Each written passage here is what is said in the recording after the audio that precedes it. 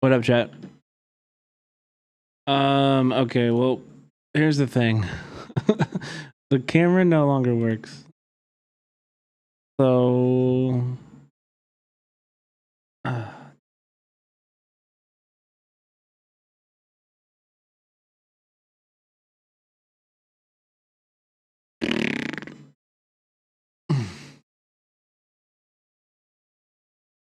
right, here we go. We have this at least. We have this.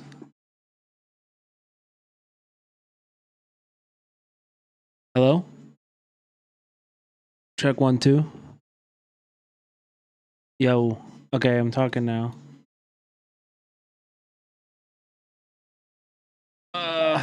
Chat. Okay, we're struggling. I'm not gonna lie. We're struggling out here. This is probably Hassan's fault. My camera doesn't work either. Okay, good. At least it's not just me. Oh my goodness, chat. Everything is fucking going wrong. I honestly don't know what to do.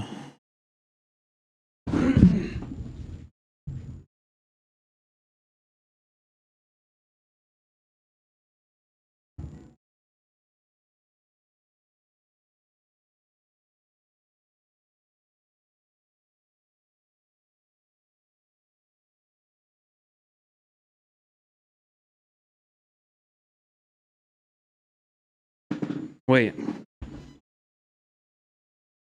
It's not. Okay, well, maybe. Maybe.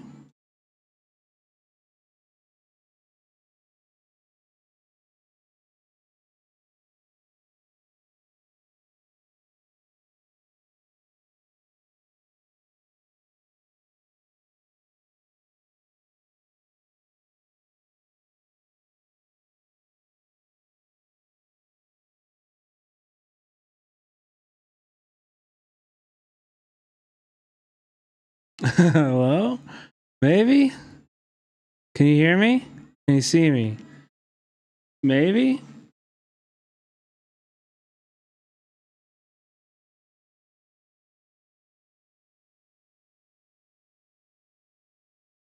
Oh!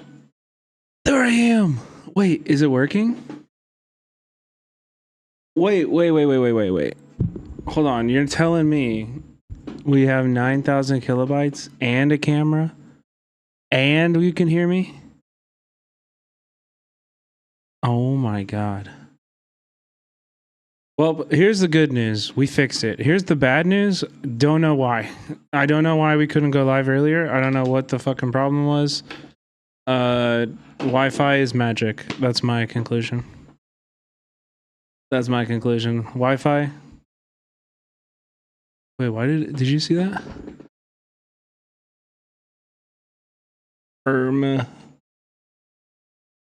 Okay. What the fuck is going on with this thing?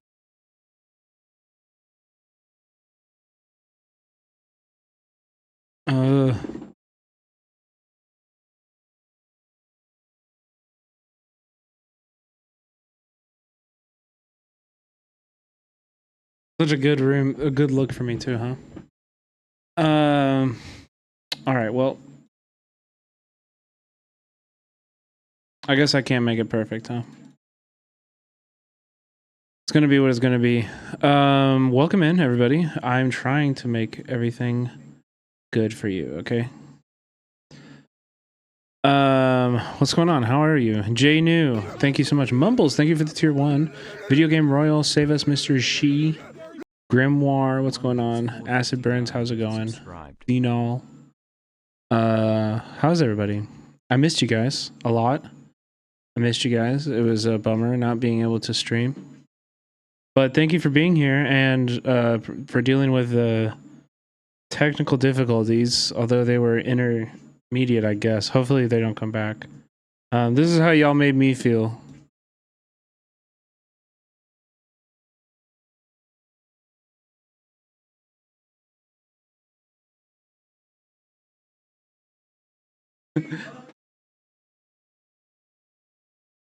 This is how I feel coming back to stream.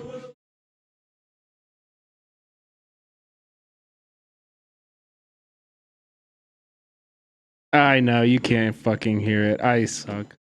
I'm so shit at this. I am so shit at this. Just fucking, just kill me already. Just end it for us all. We should be good now. Okay. So this is how I feel coming back to stream after being gone for only 5 days, but it felt like for longer because the world just was. I was just so fucking busy, chat. There's just so much going on in the last 3 days. I'll be your dream. This is us. I'll be your wish. I'll be your fantasy. I'll be your hope, I'll be your love, be everything that you need. I love you more with every breath, truly, madly, deeply do. I will be strong, I will be faithful, cause I'm counting on a new beginning, a reason for living, a deeper meaning. Yeah. I wanna stand with you on a mountain. I wanna bathe with you in the sea. The light in the toilet, mate. Like this forever until the sky. This is all you guys, chat. That's how I feel. That's how I feel coming back. I'm so excited to be back. I'm so excited. It's gonna be a beautiful stream. We got a lot to talk about, a lot going on in the world. Holy smokes, man. Don't insult us. Why? This is a very jovial, what do you mean? This is a jovial TikTok. I love it. Hi, Brett. Welcome back. How's KC? KC is awesome. I'm really excited to be here. I'm sorry that everything took so freaking long. But we can do a little recap on the drive and everything. So basically, I went. What was the last time I streamed? Wednesday. I went. I think my last stream was like last Wednesday, and then on Thursday, or maybe it was Tuesday. I don't know what the fuck, man. The whole week has been crazy. Praise the movers didn't lose anything. Yes, praise for me. But in general, I think everything's going well. I think we did a good job with the packing. Why do you look like J Schlatt? Bitch, J Schlatt wishes. No more Oreo. Bitch, J Schlatt fucking wishes, dude. No, we did a good job on the packing. Everything got into the moving trucks. The movers were great, but it also like took a lot longer. So we had some problems. Like I don't know, whatever. It was fine. Then we left. We drove out of LA and drove to Gallup, New Mexico. Basically just got to the hotel and instantly fell asleep. Woke up the next morning. Ooh, by the way, interesting. We stayed at Holiday Inn Express, which if I can recommend, their breakfast spreads were very good. I will say they had bacon at one of them. They had a pancake machine at both. The breakfasts were they're pretty good, and the rooms were nice. So Holiday Inn Express, that place, I guess. Anyway, we did Gallup, and then we did Liberal, Kansas. Not much to say about Gallup. Liberal, Kansas was very interesting. We went and got barbecue at a space there. I was just fascinated with it. Really interesting spot. Really interesting place. I want to follow more. If anybody sees news on Liberal, Kansas, let me know. Because I do think it will be a spot that's going to be fucking devastated by Trump's policies. So, yeah. Just because it seemed like it was like a large, Mexican migrant population. They're also growing a lot. We read a little bit about them at the barbecue spot, like that they have a new, lithium battery factory opening there for the first time, and they're basically have just been nothing for a long time. So their population is growing because of the immigration, and it's getting better. And there's, I don't know, I think that's all going to evaporate once Trump's in office, which will be unfortunate for them, but we'll see. Anyway, and then yesterday we drove in to Kansas City. We made a stop. We made a stop in Kansas City, and I recorded a new TikTok video, which you guys should definitely blow the fuck up. Blow this TikTok the fuck up. for me, please. I'm spamming so that you go and blow it up. All right. But here's the TikTok. We're going to watch it here, but you're going to watch it on your own, and you're going to follow me on TikTok, and you're going to like the video and everything. Okay. Here in Osawatomie, Kansas, at a memorial park dedicated to one of the GOATs, John Brown. I thought this would be a good time for, really just us white boys to have a little conversation about John Brown. This is John Brown. And in 1856, John Brown led a small party, mainly consisting of Brown and his sons, and he raided the camp of pro-slavery men, killing 5 people. In response, the pro-slavery forces led a raid on Brown's cabin. Known as the Battle of Osawatomie, 5 of Brown's men, including one of his sons, were killed, and the town of Osawatomie was burned to the ground. And yet, to this day, even in a town like Osawatomie, Kansas, John Brown is heralded as a hero. You see, John Brown had a deep sense of responsibility, not only to the people in his direct community, but to all human beings. For John Brown, inaction was action. He could not simply stand idly by while his brothers and sisters experienced the most depraved aspects of slavery. John Brown armed slaves and led rebellions that kept Kansas a free state until the end of the Civil War. I think about John Brown a lot these days. No particular reason, but, it's something that white boys should really think about. How are we acting when these kind of things spread up in our communities? What are we letting slip by without addressing it? How could we benefit the people who are most heavily experiencing the injustices of the world we live in? Okay, I'm here. Yeah, dude. This part at the end is so crazy, bro.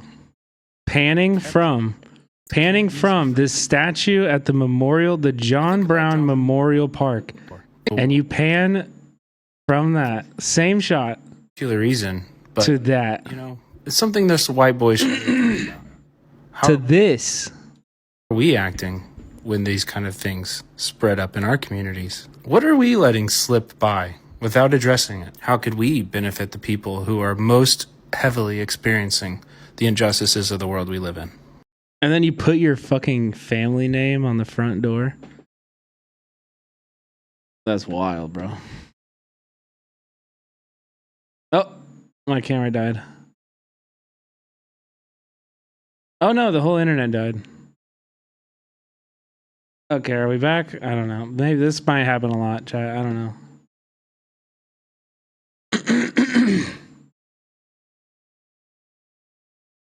Kansas wasn't part of the Confederacy, right? No, Kansas was a free state and fought very hard to maintain that. It was actually one of the bloodiest parts of the Civil War. It was Kansas and Missouri and the line between them.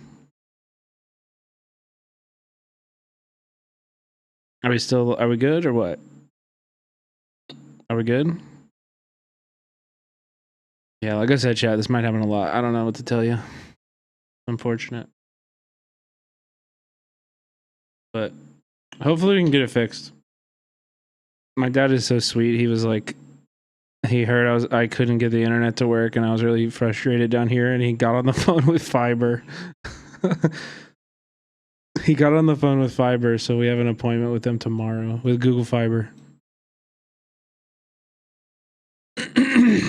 Yeah, they're supposed to. It's a lot of things. It's not just, I think it's the internet is shit, but it's also like networking issues and stuff like that. So it's a lot of stuff. Anyway, let's try to push through. I appreciate you guys all being here.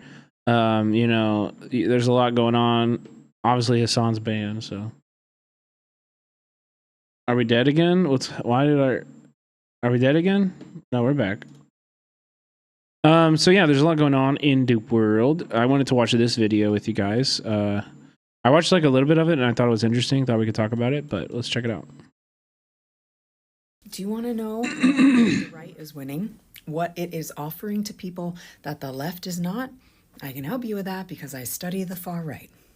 To understand what's happening, you need to understand what fascism Watch your profanity. Right. Bullet Slice, thank you for the prime. Welcome to and what it KC. offers people that makes them want to join up. And I know y'all like to throw around the term fascism as though it just means something bad that you don't like. But fascism is a very specific political ideology. And so, if you call everything you don't like, from Biden to Trump, fascism, when fascism arrives at your door, you are caught with your ass out, which is exactly what's happened. I disagree with this. Identifying Trump as fascism does not make you less prepared for the fascism when it arrives.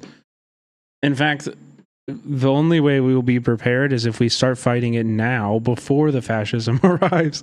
The only way to stop this is to start fighting now. It's not to wait. We have no time to wait. This is not a time for cowards. This is not a time for waiting. So let's get clear on What's up, Arun? We haven't found a place yet. I'm just at my parents' house. Define fascism in two different ways. So one is listicle, which is where scholars attempt to dissect the various fascisms that we've seen arise over time and discover what are the working pieces of fascism. And so, like, Umberto Eco is a really good example of this, Jason Stanley. But the other approach, which is the one I'm going to use today, is what's called the search for the fascist minimum.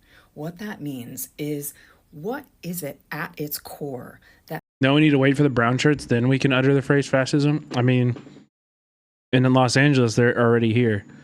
Extrajudicial, non-government riots took down the UCLA encampment, you know.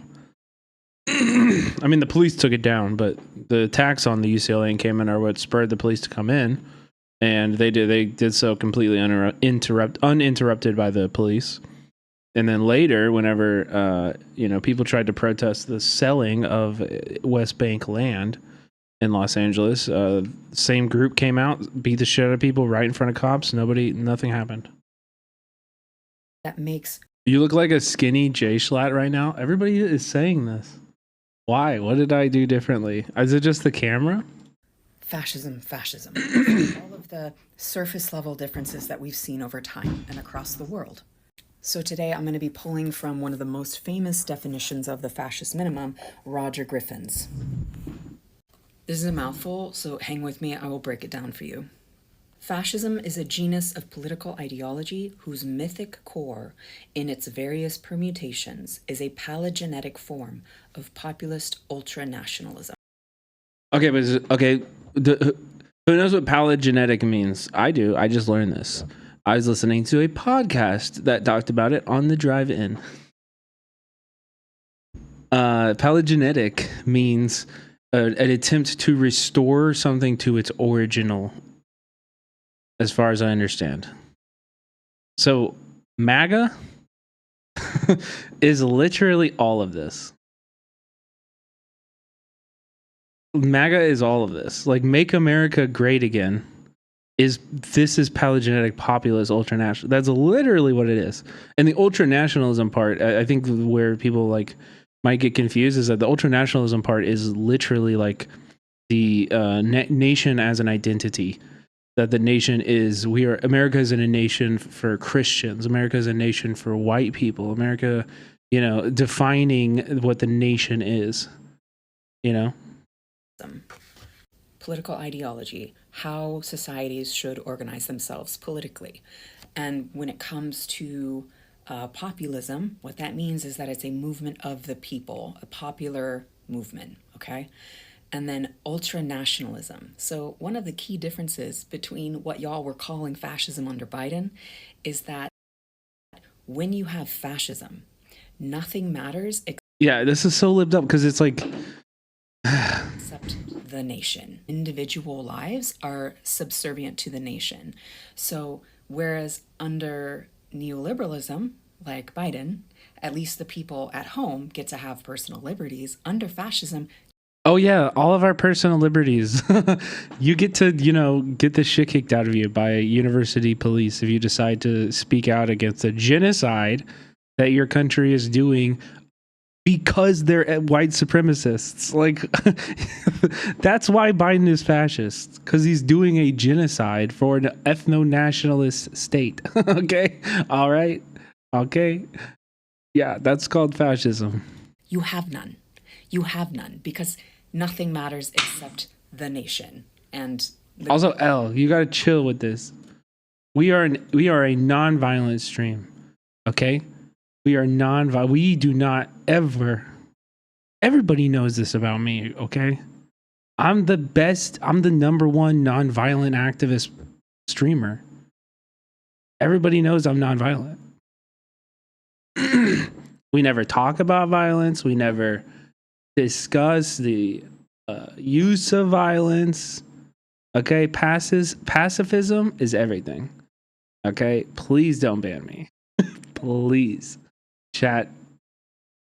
Please do not fucking ban me.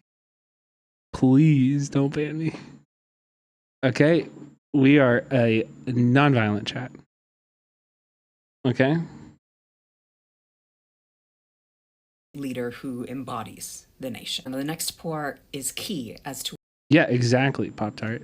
what fascism is offering that the left is not, and that is palagenetic. Okay? What this means is that in that story of the nation, what the myth that they're offering people is that once we were great, but then we declined for XYZ reasons, usually pointing to a specific group. In our case, currently, it is undocumented immigrants and it is trans people. What can we do then to get back to the glorious future? We are going to rebirth. Also, this is not a call out of this specific creator. It's more of a call out of the left in general. Y'all, black people things have not gotten better for black people since 2020. You know that, right? Like, nothing changed since 2020 when everybody was like really concerned with how the state of of black people in America. I listen, like undocumented migrants and trans people, they deserve the attention as well. They're obviously under attack in a very, very alarming way in this country. But I think we should not, it is, and again, this is not a call out, it's just something that I've been thinking about lately. Is that I feel like we've like moved backwards. Like I feel like we are like as the left, we were very conscious about race and especially anti-blackness in 2020 and like around George Floyd. And then I think we are also like responding to the DEI hate and that backlash by also removing race from our analysis. And I think we should stray away from that. Because it is a big part of America, And like, yeah, when they say DEI, they mean black people. Like, they're still being racist against black people. Birth the nation into a glorious future. We are going to make America great again. Okay? And this is what the right is offering that the left is not. There is no unifying myth on the left. The left is currently defending the status quo. If you... Okay, again, like super mega libbed up that you don't have a distinction between the Democrats and the left. You think that the left ends of the Democrats. Like this is like get out of your, ivory tower, stop reading a book and go talk to an actual leftist, go organize and recognize the difference between the two, Listen to interviews with Trump voters. People are like, I cannot deal with the status quo anymore. And is that justification for voting for fascism? For them it is. The left has been hyper-focused on our differences. It has been hyper-focused on tweaking language as though that's going to liberate anybody. So like, again, these are Democrats. These are Democrats. Is it really putting... And also, like, this exists in America's history too. That's why I think doing this John Brown, we should be tapping into the radical history of this nation and like the radical history of abolition and like the fact that people fought and died. A lot of people fought and died to free free slaves. These are things we can be proud of about this country. It's not all gloom and doom, A single person in housing, if you yeah, like these are Democrat problems. Stop saying the left. Call a population unhoused as opposed to homeless. It doesn't matter if you capitalize black or white. It doesn't fucking matter. All of that is virtue signaling and classism because it prevents coalition building because y'all are so busy policing language. This is a distraction. We have to let this go. What we need is a narrative of who we are together, who we are as a nation. And it doesn't have to be a bad narrative. It can be a big, expansive, wonderful one, but it's not happening right now.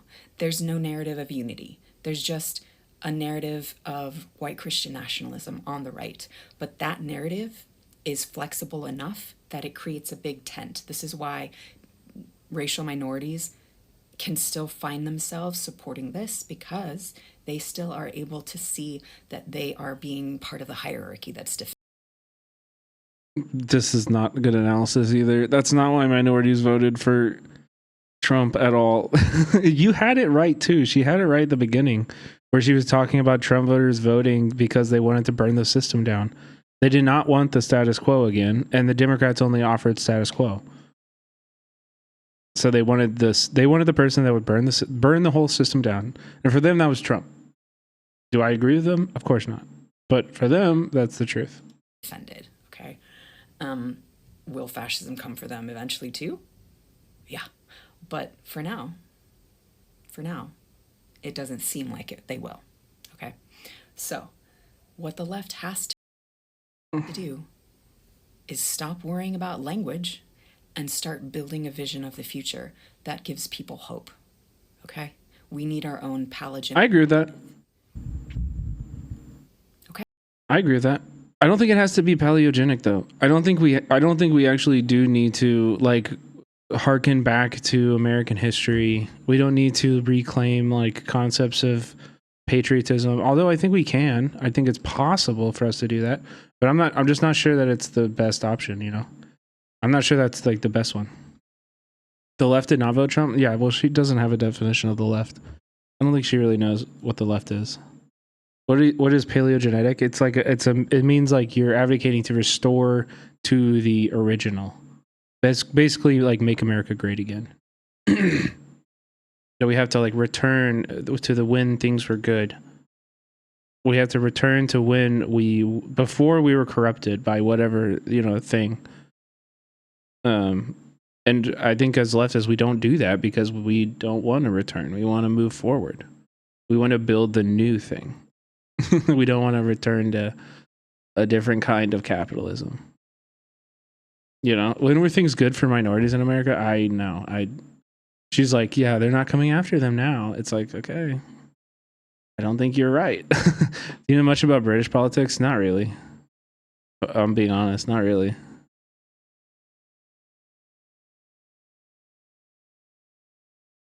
When people hyper focus on stop worrying about language, I feel like they're advocating against progressive shit, like not being transphobic and shit, rather than just having criticism of saying we need to focus on dismantling the oppressive systems around us. I mean, that person didn't even say that. So don't give them that credit because they don't deserve it. They didn't say anything like that. They didn't say anything like that.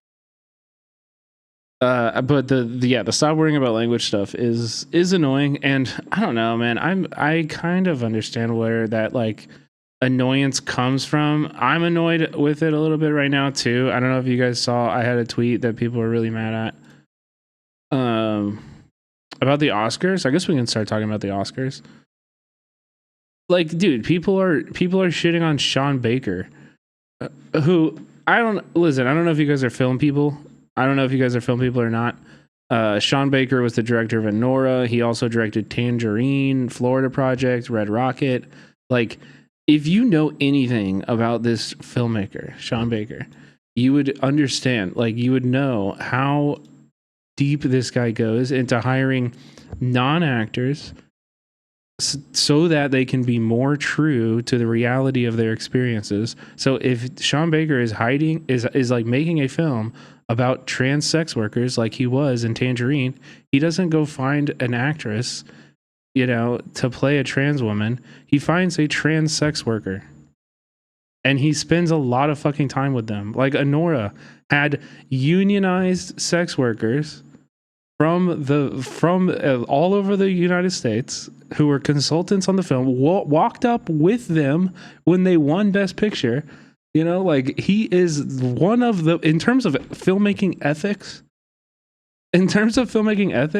Sean Baker is probably one of the best that we have. I think if you're talking about white boys especially, Sean Baker is the best we have. And so, and we still have people like this. And this is, again, do not tap the glass. This is not, I'm not trying to fucking, I did quote tweet them, but like, quote unquote, best director. And then it's like followed by Sean Baker, IDF babes, and libs of TikTok. And it's like, dude, who cares? Who cares? Who cares? I don't care. I do not fucking care. I do not fucking care. Not even a little bit. Not even a tiny bit. Not even a sliver. It's just annoying. Like, the libs of TikTok makes sense, but the IOF one is weird as hell. Yeah, I mean, I'm not following this account either, but I don't know why he's following it.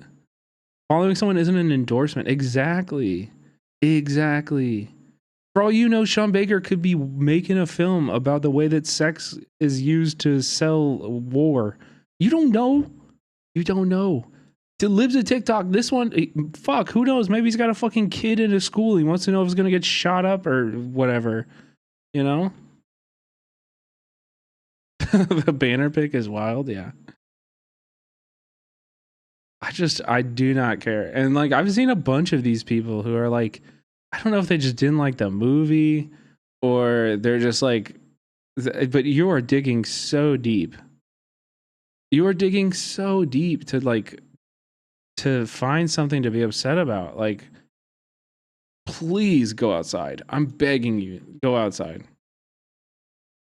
Anyway, Kenneth Mejia has a new update, a new video about the LA Fire Department's budget. Let's check it out.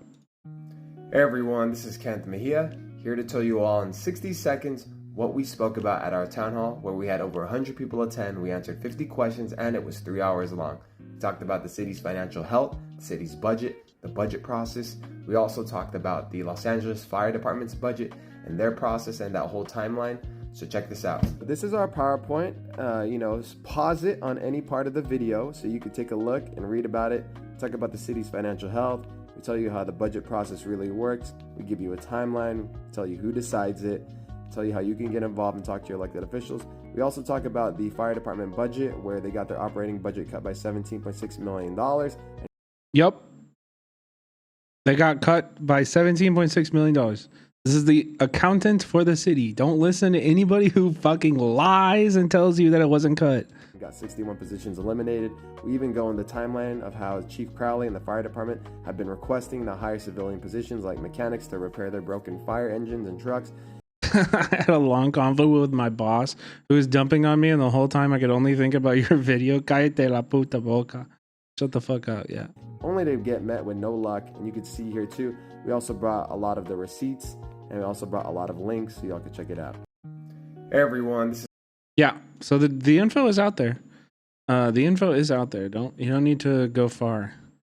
Iowa also is signing the first bill in the nation, removing transgender civil rights protection. So,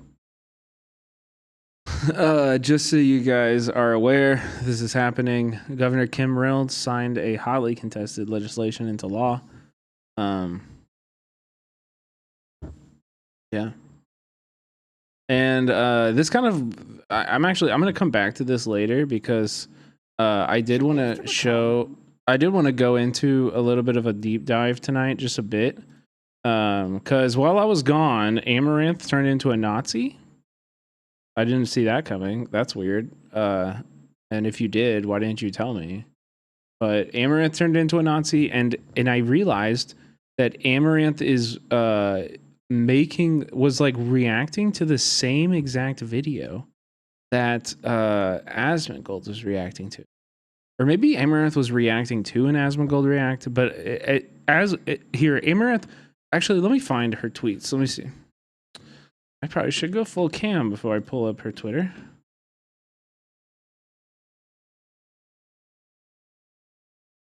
She was reacting to Asmon, right? Who was watching this.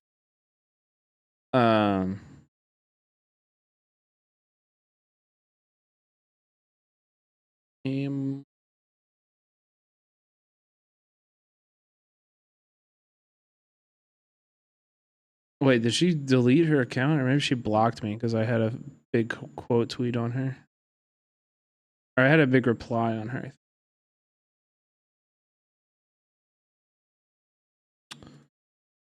I can denazify her? Yeah, that's what Russia thought. That's what Russia thought too. Look at them.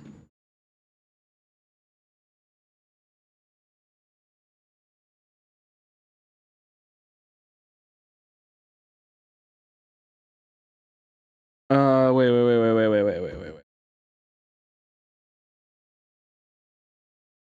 Damn, dude, this was a long time ago. I need to stop. I need to reply on Twitter, bro. I'll tell you that. That's for damn.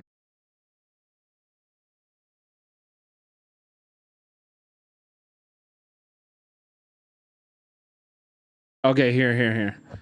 Here's what I was looking for. Okay, look. Y'all keep referencing sides and saying the word grift like you're playing a video game, and how on the character select screen is utterly frictionless to pick a different face. Y'all are the real two-faced fucks. Okay, so here's what she said though. Who does this threat? Here. I'm certainly not against any group affiliation. To a fault, I have never been able to see beyond what is right in front of me. And what I saw was a person threatening violence indiscriminately in a town hall setting to their own community, no less, and many others acting in a manner unbecoming. Do you think everyone at that town hall deserved to be violently threatened? Like, so I was like, what the fuck is she talking about? I said, fuck you, I ain't reading all that. You know, trans people are going to exist and always will exist. Damn, wait, I almost got a ratio.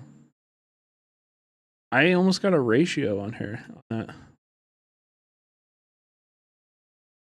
Let's go. 1 second.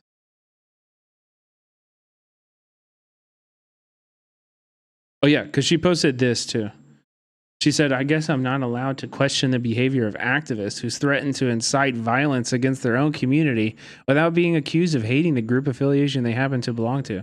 And by the way, if you're missing the whole context, I should probably play this first.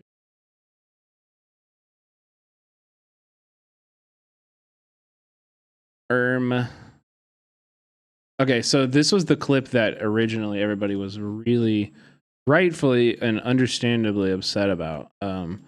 This is the clip that, you know, Amaranth just went full Nazi here. And you could 9 times out of 10. And so she's reacting to a video of Asman reacting to this video here, which we have the full city council conversation happening. So I wanted to watch a little bit just to see the context around where this clip is coming from, and also because Amaranth is using like the specificity of this situation to hide behind. Whereas like I think if we actually look into this and we look at the law that these people are protesting, there's probably a much different story happening here. And I think these people are probably very righteous in coming out to their fucking town hall, you know, coming to their town hall meeting and speaking out against this. This is what we want to happen, right? This is civic engagement at its finest. 10, figure out exactly why they're saying what they're saying. Give the crazies all of California. It's already land of fruits and nuts. Yeah, we can give them California. I'm fine with that. They can live in LA. That's fine. It has been 1 month since Southern California exploded in a fierce fire tore through the Palisades and beyond. Just a few hours later, on the other side of LA County, another deadly fire breaks out, the Eaton Fire. It raced across Altadena and Pasadena. The 2 fires charred more than 37,000 acres. They can all live. That's like a lovely community. Structures and cost 29 people their lives. Like, okay, so that's the original clip where she says that, you know, trans and LGBT people should die at a fire. They should burn in a fire. That's what she's saying. And then she tries to turn around and says, you know, I only said this because this specific activist threatened to incite violence against their own community, you know. And then she's like, but then again, I don't assume the actions of a specific few are indicative of the whole. But thanks for making me trend. Like in this clip, you literally said California is full of fruits and nuts. So you're saying they're crazy and they're fruity. So you're saying because they're gay, they should burn in a fire. Like, that is the clip, by the way. That is the clip. That is the clip. And then she posts this as if it explains anything. If you say that you're afraid of Trump and that's why you don't want the city to be a safe space for trans people, you better prepare for trans people to make this a very unsafe space. If you that's what you're crashing out on? That's what you're crashing out on? It's just despicable, dude. It's just despicable. And yes, we are talking about this, Iowa. Do you want to link to her essay post? No, we had it pulled up before, but I ain't reading all that. I never have, I never will. Fuck that. Here's what needs to be said about it. Trans people exist. They always will, they always have. Nothing these bigots ever do will ever stop that. Sorry. I hate to break it to you. Your hatred will never trump like trans people just existing. Trans people will always exist. They have always existed. This is a way that human beings exist. That's simple as. That's it. That's it. That's literally it. Is she saying that trans people should just not fight back? She's saying she hates trans people. We don't need to look. It's not that. You don't need to look that hard, you know? She's saying that she hates trans people. She's a bigot. Like, she's just a fucking bigot. And also, like, we don't need to look very hard, okay? There is a massive fucking 50,000 incel men who live in their basement, you know, who are watching Asmongold. And she's trying to pay her fucking bills, okay? She's trying to buy another McDonald's, all right? Come on now. It's not even like very thinly veiled. You know, she saw where the attention was and she just tried to slip on in there. Her target market is talking about this. Why wouldn't she try to hit it? You know, that's just, it's really just as simple as that. Like,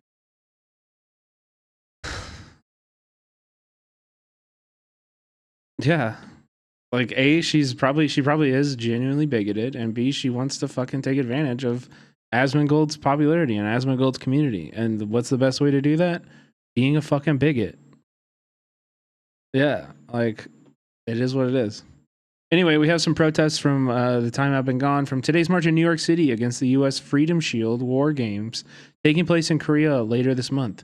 U.S. out of Korea. One of these also happened in L.A., although I don't have a video for it, but Koreans were rising up against imperialism in Korea. Very cool. Love to see it. US out of Korea now! US out of Korea now! US out of Korea now! US out of That's right. Solidarity with our Korean brothers and sisters. Also, after... wait. Oh, yeah. Oh yeah. Oops. Yeah, let's start here. And then here. Yeah. This is perfect. Okay, so we're not going to talk too much about Ukraine tonight, but I did want to point this out that this episode... did you see Michael K visited the DPRK? Yes. This episode of TV has aged better than basically any media of all time.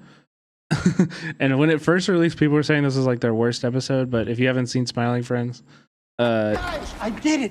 This is the president and Smiling Friends. I did it. I didn't get sick from a salad gland. You were supposed to condemn him. What?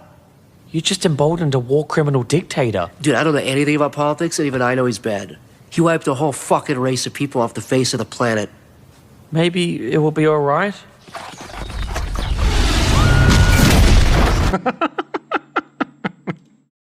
Guys, So that's basically what happened. If you guys haven't seen, and then this is also an artist's recreation of what happened, maybe in their dreams, I guess. As you can see here, Trump and JD Vance are yelling at You know, Zelensky. If you guys saw this. You know, I don't need to cover it. But this is what actually happened. All the other videos are AI created by the Trump administration. This is the real video. That's right. That's right. Zelensky punched him right in the noggin, knocked him out cold. This is the true news. This is the real news.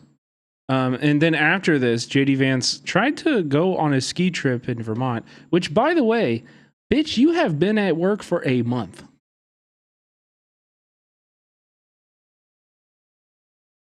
You have been at work for 4 weeks, and you're already taking a vacation? Any other job in America, this would be looked at very poorly. Like, what are we do? Okay, anyway. So, Vice President J.D. Vance was met by protesters as his motorcade passed by on a way to a ski trip in Sugarbush, Vermont. Protests forced him to change his plans, shifting his stay from the Pitcher Inn to a private residence. Here's some pictures from the protests. A lot of Palestinian flags. No Nazis in my backyard. Hell yeah.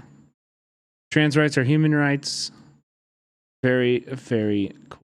Don't let these people sleep one day. Okay. Okay. Well, let's talk about a little bit about the Democrats, and then we're gonna talk. Let's skip this. We'll go here. Richie Torres got bird dogged by the GOAT, crackhead Barney. If you haven't seen it, let's check it out. We hate Richie Torres. Also gonna, just in case, move my camera to be right here. Why are you a monkey? Why are you a coon? Why are you a coon, Richie Torres? Why are you a fucking coon, Richie? Okay, I haven't read this yet, or I haven't watched this yet, but strong. Wow, what a start. Why are you sucking Zionist cock? Why? Tell us why you're sucking Zionist cock. You have a filthy mouth. I know. You have a filthy mouth. You have such a filthy mouth. Oh my goodness. Could you please moderate your language? My ears cannot stand to hear it. I'm a nasty bitch. I know. Do you know me? I know you have a filthy mouth. So. I'm a nasty bitch. You're a nasty bitch too. You support genocide. Yeah. Why do you True. support genocide? Genocide is a figment of your imagination. So tell us, what are they doing in Israel? Can you say Do you support October 7th? Do you support Hamas? Do you support Hamas? I mean, Hamas of course. Is a terrorist organization. Oh, you support Hamas. Okay. So why is it a terrorist organization? Israel's the biggest terrorist organization. Right. Okay, so you support the murder and abduction of infants? Oh, that's what you're and doing. Toddlers? That's what Israelis are doing. Okay. That's what Israelis are fucking doing. So you're a terrorist. Suck Netanyahu's cock. You're a despicable human being. So like you. I'm learning from you. You're black. You have a special place in hell for you. Yeah, and you're coming with me. You're coming with me, asshole. Where are you going? To kill more babies? Get that genocidal money? Where are you going? Suck more Zionist cock. Do you remember me? I stormed your event in the synagogue in Upper East Side. Temple Emmanuel. Hey! Do you follow my page, Crackhead Barney and Friends? You're the only one who has the audacity to storm a temple. Yes, I'm a slut. And look, I have really pretty titties. Do you like them? Okay, they're covered. They're covered. My type. So oh, okay. Are you gay? Maybe we can fuck sometime. I heard you got that Zionist money. Were you trying to avoid me? You know I knew it was you. I know it was you. Are you gonna slap my phone or slap me? Where are you going? Talk to us, Richie. Zionist cuck? Say free Palestine, I'll leave you alone. I'll leave you alone if you just give me I'm one. Israel high. Free Palestine! I'm Israel high. Free Palestine! Come on, I'll leave you alone. Just say free Palestine. Just give me one free Palestine. Good thing I was walking this way. I'm gonna go get noodles. I'm hungry. Free Palestine? Free Palestine. I will pay for your mental health treatment. It's okay. Is this the person that appeared on Piers Morgan? Yeah. It's her. She goes by Crackhead Barney. She's like a political assassin / performance artist. Okay, good. Can you Venmo White Trash Coon or Crackhead Barney? When can I get the mental health treatments? When can I get them? Tell me when I got money, I'll take it. I need help. I feel like she's kind of sus, but I don't know. I think that's the way she wants you to feel. I think that, yeah, she's an agent of chaos. She exists to make you feel uncomfortable. You know, that's the point. Clearly need help, yes. Tell us what I need help. Something. Tell us what I need help in. Tell us what I need help in, you coon. You're a coon. You have a filthy mouth. You're a coon. Why do you suck Zionist cock? Is it the money? Show us the money. Get her on the show? No. There is no way there's no way that you interact with Crackhead Barney without getting the joke is always on you. Yeah. You know? The joke is always on you. Yeah, like it would not be a good idea. Richie, show us. Head southwest on Lafayette Street toward East 4th Street. Oh my God. Where are you going? None of your business. Zionist cuck Richie. Crackhead Barney is a comrade. Yeah. Yeah. I don't know what her politics are fully, but I think she is on our side. Head southwest on Lafayette Street toward East 4th Street. Oh my God. None of your business. Zionist cuck Richie Torres, everyone. Zionist cuck Richie Torres. Say free Palestine, I'll leave you alone. I think there's no universe in which I'm going to say that, so you're an you can asshole. Go fuck yourself. You can fuck me first. Fuck you. You can go fuck yourself, he said. Richie Torres, free Palestine. Fuck you, Richie Torres. Free Palestine. He supports the mass murder of babies. He's a coon. A Zionist coon.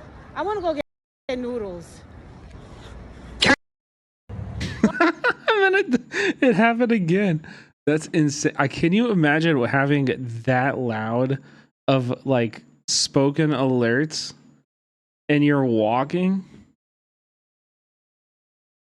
That's just dangerous. Okay, I have some psychic damage to put onto you guys. Because our friend Rahm Emanuel was on Bill Maher.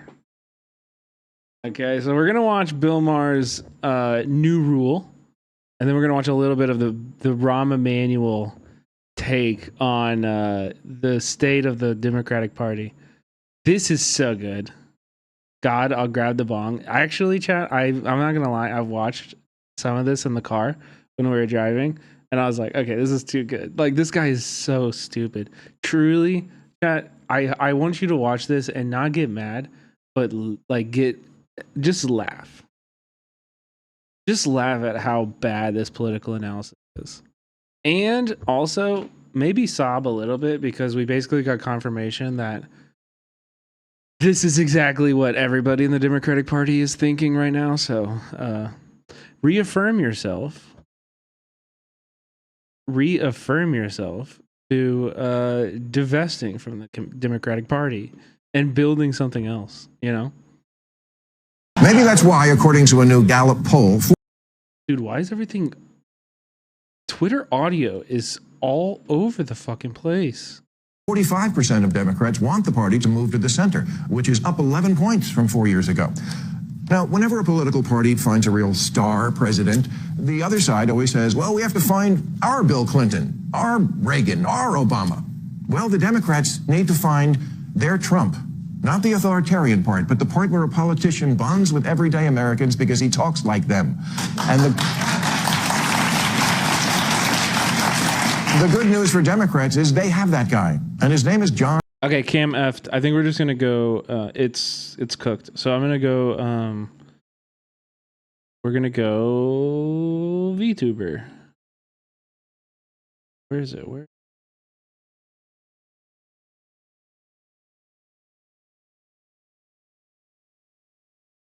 We're just gonna do PNG tube.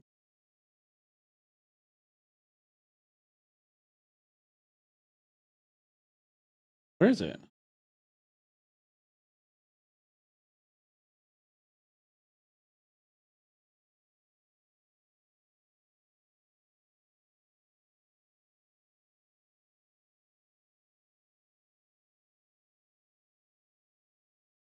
Oh, there it is. Okay, cool. I'm just gonna do this. Sorry about it, but not sorry. We'll figure it out. Yeah.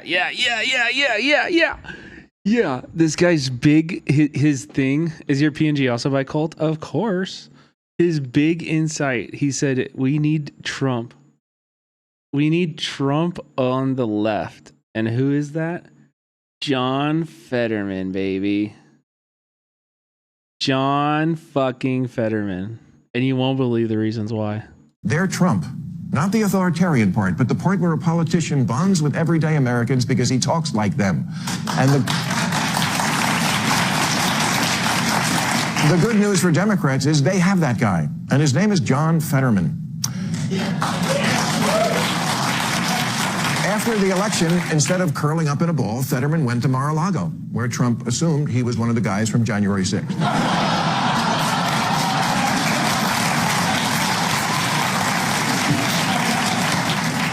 And afterwards, Trump said, he's not liberal or conservative. He's just a common sense person, which is beautiful. And that's the kind of gay adjacent respect Trump usually reserves for Putin. Like, why would you want... Bill Maher, aren't you supposed to be like mad at Trump? Don't you like not like Trump? But you're sitting here not only saying that the Democrats need a Trump, but then also being like, I trust Trump's judgment on people? And then you show a picture? Like, what's the point you're making here, dude? It's incoherent. It don't make any goddamn sense, bro. This doesn't make any sense. You're showing him having a severe lack of judgment in his ability to assess people. And then you're using him as an example of why John Fetterman is good? Like what?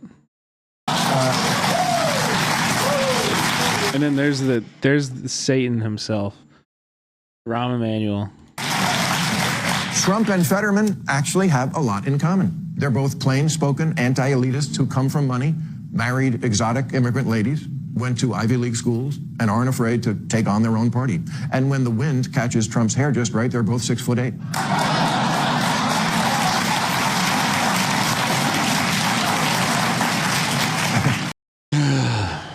Look, here's the thing. Voters aren't really savvy about the issue. Exotic is fucking wild. Exotic wives. Yeah. Exotic wives. But then also just to be like, oh yeah, his hair is funny. We really dunked on them. Like, will Trump ever recover? Do you think? I think he's probably dead already. After he saw this, he's gone. I mean, what could he do? How could he recover from that? Look, here's the thing. Voters aren't really savvy about the issues, but they have made it clear what is important to them. Authenticity, balls, and charisma. Trump has that package, and so does Fetterman. He's only been a senator 2 years, and he's already more famous than most of his colleagues. Quick, I dare you to name this sad-looking lady from Washington State who's been in the Senate for 30 years. Chat, anyone? Anybody know it?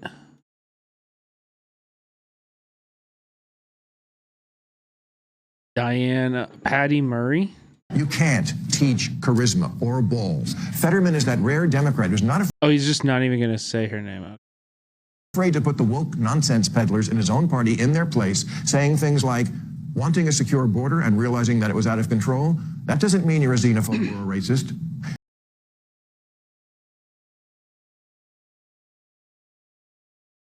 Yeah, it kind of does though. It does a little bit, yeah. Like, what do you mean it was out of control? What does that mean, though? What does that mean? He's been unequivocal. I mean, if you're calling for mass deportations, that does show me that you're not really concerned with the well-being, or you don't really see the humanity of migrant population. Kind of a big part of it, actually. Quickly pro-Israel, as are most Americans, and when pro-Palestinian protesters showed up at his home, he went up on the roof and waved an Israeli flag. Also, bitch made. Come do that downstairs. What's tough about this, bro? You're on a roof behind like a dozen locked doors. What's tough or cool about this? If he came downstairs, then that's a different story, you know?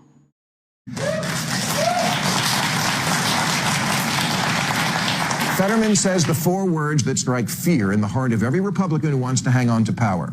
I am not woke. That's why Trump won. Not because Americans were clamoring for tariffs on margarita mix. Going where the American... Chuck dies again with the 50 gifted. Let's fucking go. Gifted 50 Chuck dies, dude. Thank you. Thank you, Chuck. I felt so bad earlier when my internet was like fucky. I couldn't, like, there's nothing I could do to stream, and then I'm troubleshooting and you come in and give 50 subs. I was like, oh. I had to come back for you, bro. Thank you. People are on crime and immigration. Gosh, it's so crazy it just might work. See, that's how you get these things called votes. And once you do, you can take office. I know it's more fun to make memes of Trump sucking Elon's toes, but... Wait, is it fun? Or like, and also like, who made this meme? You're showing this, but who made this meme? It was a employee at the Federal Housing and Urban Development Department who, I don't think they found them, but I'm pretty sure they're going to lose their jobs, like, because they're like getting fucking clapped, you know? Anonymous gifter with the 20 gifted subs by Elon and Trump. This is an act of rebellion. Fuck that. People putting this on the HUD TVs, that's fucking rebellion. Holy shit. 20 gifted. Anonymous. Thank you so much. But John Fetterman doesn't play that game. He says, I don't give a fuck. I left all my fucks in my other pants, and I don't wear pants. But you see, again, like Trump, Fetterman understands the value of having a distinctive look, a brand. Trump, with his yellow top and... Oh my God, dude. Also, calling Fetterman's slob-ass attire that he wears all the time because he's depressed a brand, like, ugh. That's not a brand, dude. Distinctive look, a brand. Trump, with his yellow top and... You know who does have a brand? Bernie. You know who else has a brand? AOC.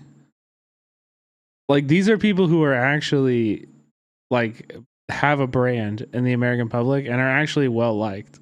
You know? Like, why does he have to go to Fetterman? What are we getting from Fetterman at all? This is such a ridiculous, like, there's negative insight. There's a negative insight in this. It's Pete Davidson coded, but no, it's fucking Adam Sandler coded. And you don't want to be Adam Sandler coded. Both Zionists. 4-foot rayon red tie mimics the colors that every fast food franchise... It's true. Pete Davidson is actually hot. He got all of his tattoos removed. Did you see that? He spent like $200,000 on tattoo removal and has no tattoos now. Yeah, look it up. Yeah. Every fast food franchise knows this, that for some reason it gets people excited. Who knows why it works, but it does. And I think Fetterman's look works for him. It's a look that says, I'm just like you. I've given up.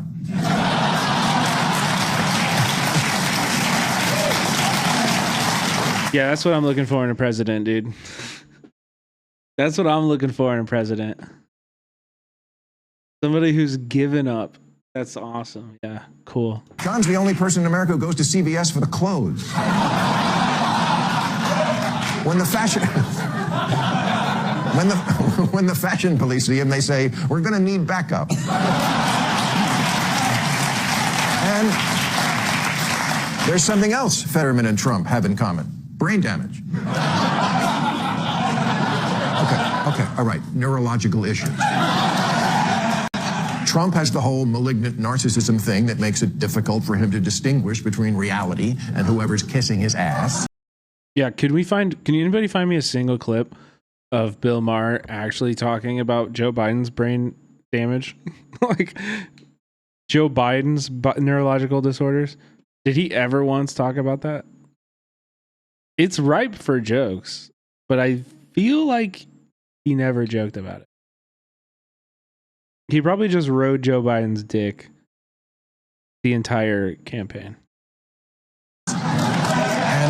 And Fetterman has had a stroke and been hospitalized for depression and needs a special speak and say device to communicate. He's legally a disabled person, which is actually great news for the Democratic ticket because, okay, look, I don't just have the top of the next Democratic ticket. I'm also... Oh, yeah, baby. It gets better. It gets better, chat. It's coming. Just wait. Also going to throw in the best bottom the Democrats. The VP pick. Have Pete Buttigieg.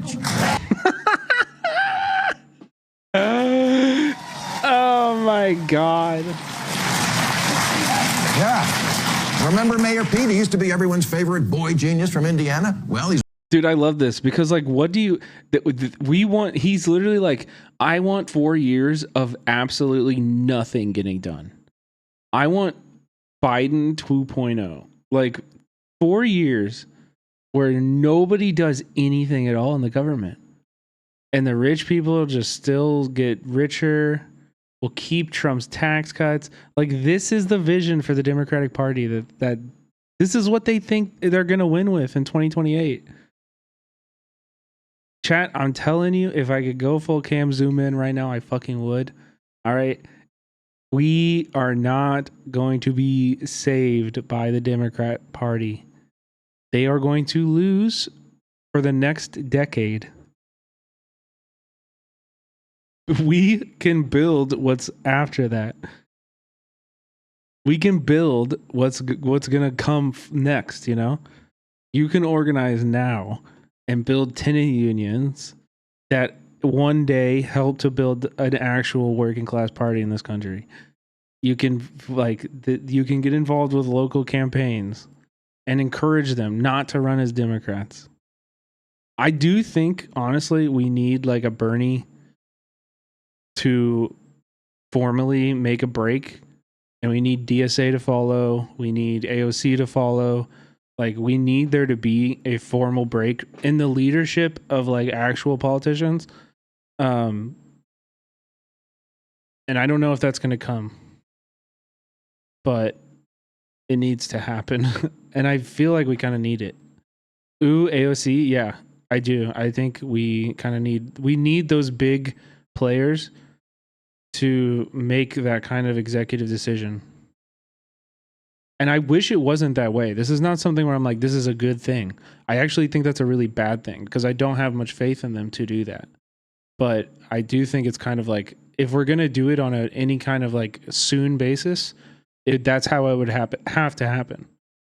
Because DSA is not going to do it on their own. You know, like, we have to actually build those early. We have to build those now. Like, we don't have that kind of organization. You know? It's unfortunate, but it's true.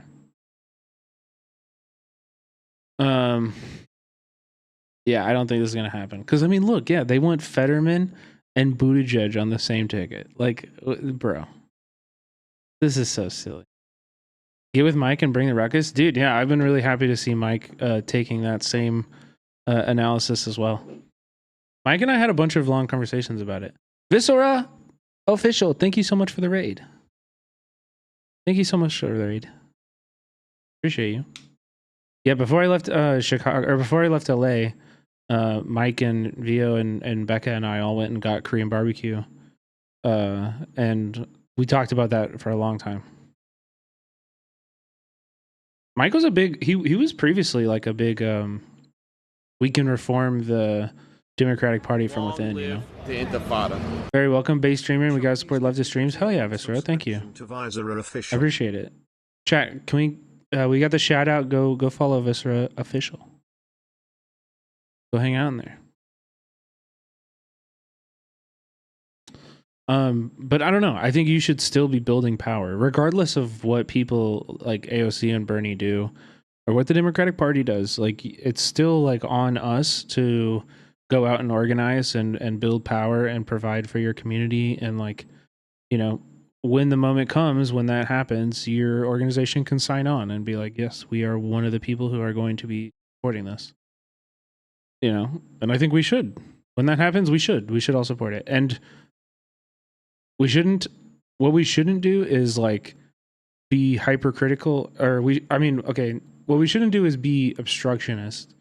I think we should be hypercritical, but we should be there and very like vocal. If you want to see this progress, you got to be a part of it. On the left, especially. The left can't just like refuse to participate. You got to be out there and advocating for the right things and listening, you know, to people and supporting people who are advocating for the right things. This is really, really important too. But I don't think that this is all just to say, if you're waiting for the Democrats to find an answer, it's not going to happen. It's not going to happen. It's a lost cause. Stop waiting. Nobody's going to save you. Save yourself, you know? Chuck Dies, thank you for the gifted sub. What up, Peace Fire Now? What's going on? What up, Acid? My city is having an organizing fair soon with all the local organizations. I think it might be able to meet... I think being able to meet people in real life is going to be huge. Oh my god, that sounds so cool. An organizing fair. Oh, wow. That's sick. That's really cool. Yeah, we should put those things, more of that together across the country. That sounds great.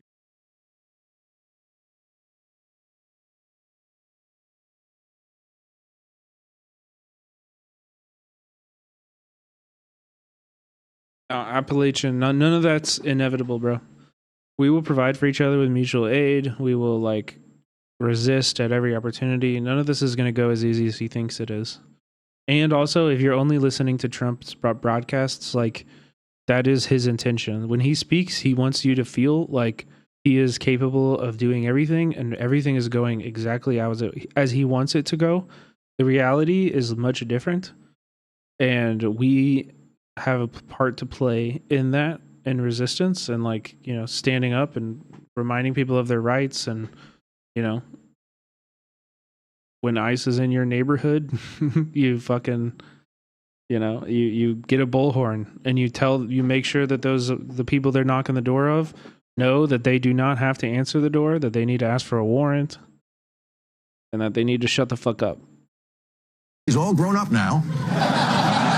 And he, too, seems to be trying to send a message that he wants to join the reality wing of the Democratic Party. A month ago, he stopped posting his pronouns.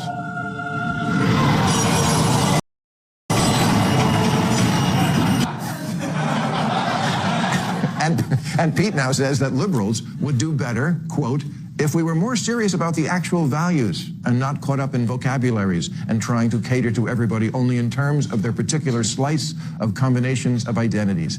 Exactly. How about we just care for everybody? Like, I don't understand. This doesn't make any sense. What vocabularies in particular are you talking about? Are you talking about pronouns? Like, you want to be able to misgender people? Because, like, usually, like, good people, I'm just gonna like put this out there, you know, like good people, if you tell them that you're doing something that makes them, or that they're doing something that makes you feel uncomfortable and that you don't feel right with, a good person will like listen and like just like change their behavior and make an effort to change their behavior. Like, this actually isn't like, this is just like how you know it works. Like, I don't know what's going on. And it's also like he's like, I think we just you know, need to give up on catering to people's identities. Like, which identities do you want to like stop catering to in particular? You know, because like the government does like attack people based on their slices of their identities. So which ones are you going to stop defending? You know, they're like, we need to stop defending the powerless. As the Democratic Party, our solution needs to be to give up on protecting marginalized people. Like, yeah, wow. Real winning strat here, guys. Can't wait to see how this turns out.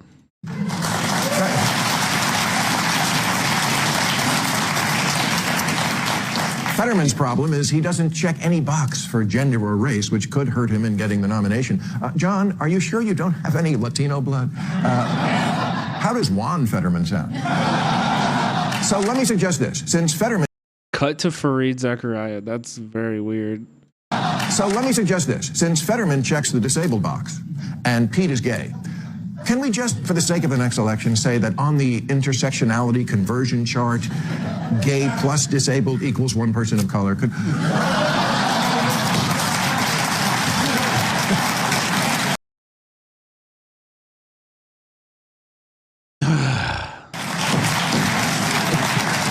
Rom is slapping the table at that one. Rom is slapping the fucking... Oh, don't you wait. We're going to dig into Rom later. Because I think it's a great ticket, especially since Pete has lately been finding the strength to say things like Democrats should stop, quote, making people sit through a training that looks like something out of Portlandia. Out of Portlandia, where did he get that line? I mean, he's not even wrong about this. But it's also like these are the things that you guys did instead of doing what the organizers and the protesters asked you to do. No, he's not even wrong about this. Like, people are annoyed with these, with the performative, DEI trainings. And I don't think these are effective ways to get people to, actually examine the, white supremacy and their own ideologies. I don't think it is. And I've been to them voluntarily. I took these in Chicago a long time ago on purpose. And some of them were really interesting and cool. I'm not saying I didn't get anything out of them, but I went there voluntarily. I wasn't like a random, worker at a Iowa corporate office, Yeah, exactly, Foxtrot. That's what I mean. And remember, what were the protesters asking for during the George Floyd protests when all this stuff, was embraced by the government and the Democratic Party at large? What was that? The protesters were asking for the defunding of their police departments. They were asking for people to be taken care of instead of giving all the money to the police department. They were asking to stop police surveillance. To loosen, to free people from our prison systems. Stop investing in these places that do us harm and start giving us the things we need. And did any of that happen? No, not even a little bit. Not even a little bit of that happened. This was their answer instead of that. This is not what anybody on Black Lives Matter or protesters in George Floyd's, rioting. This is not what they asked for. This was the corporate Democrat government elite response that they gave instead of what we asked for. And it's super performative. It is. The entire Democratic Party has become a Portlandia sketch.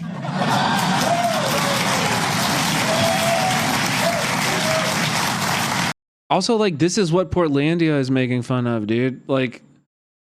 It's not even a new joke. You're just being Portlandia is funny, and that's what the joke is. That's the whole point of Portlandia. That's the show. Yeah, they're making fun of liberals from a liberal perspective. It's funny. Oh, I'm not mad. Please steal all my jokes. Sometimes it's funny. I thought sometimes it was good and then it got bad. I might actually get somebody elected. All right. Okay. So there's this one, and then there's also this. So I just want to, this one's only 3 minutes, Chaz, so don't be too worried. Okay.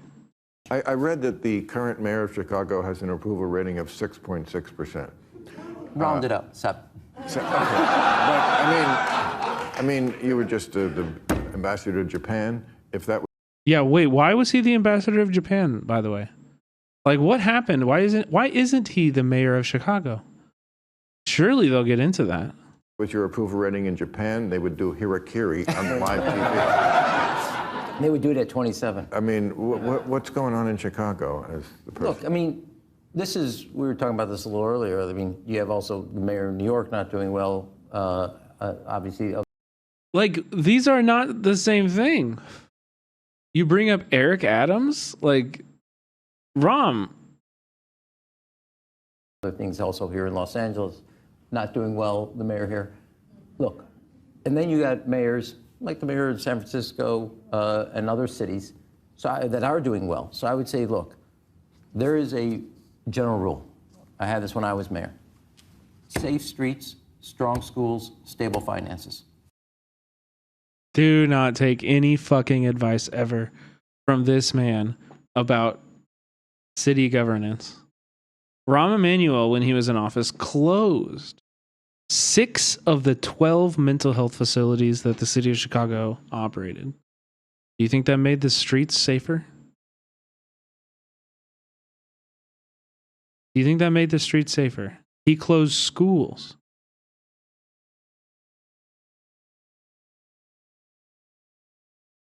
He got voted out in a bit of shame. Okay? Because he covered up for months police body camera footage of Jason Van Dyke, who stopped on the street, and while Laquan McDonald was surrounded by police, shot him once as he was walking away, hit him a few times as he was going down, and then stood over him and fired 16 shots into Laquan McDonald. And Rahm held this footage from the public for months, covered it up, refused to release the footage. The family was demanding the release of the footage. For months, he covered it up. Just disgusting, horrible corruption, racist. Rahm is, dude, fuck you. I lived in Chicago under Rahm. I fucking protested Rahm. I sat in at his office many times. This piece of shit, dude. Never, ever, ever should be allowed anywhere near any kind of power. There's a reason he got sent to fucking Japan. Also, served in the IDF. Focus on those 3 things and your city's going to be fine. We've gone through 5 years where people became way too permissive of culture. They were all, which is why everything's locked up at Walgreens and CVS, and that is a disaster. Yeah. And our school, and I'll say this about our schools.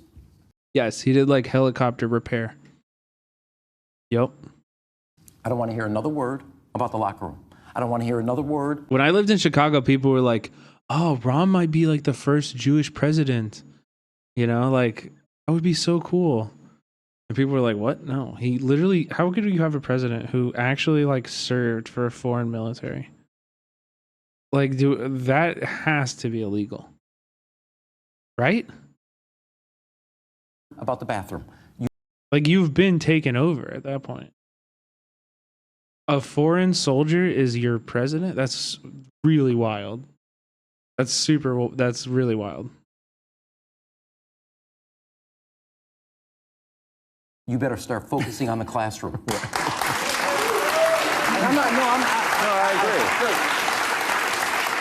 agree. We had the worst reading scores for 8th graders in 30 years. And nobody, not a governor, not a mayor, not a president, not a secretary of education is talking about it. We're all wrapped up. Look, in 7th grade, if I known that I could have said the word they and got in the girls' bathroom, I would have done it.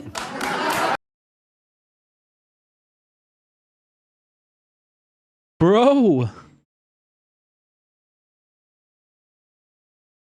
What are you self-reporting right now? What the fuck is that, dude? That's insanity. That's insanity. What did he just say? He just said in 7th grade, if he could have called himself they and gone into the women's bathroom, he would have done it. I don't know what he would have done in there.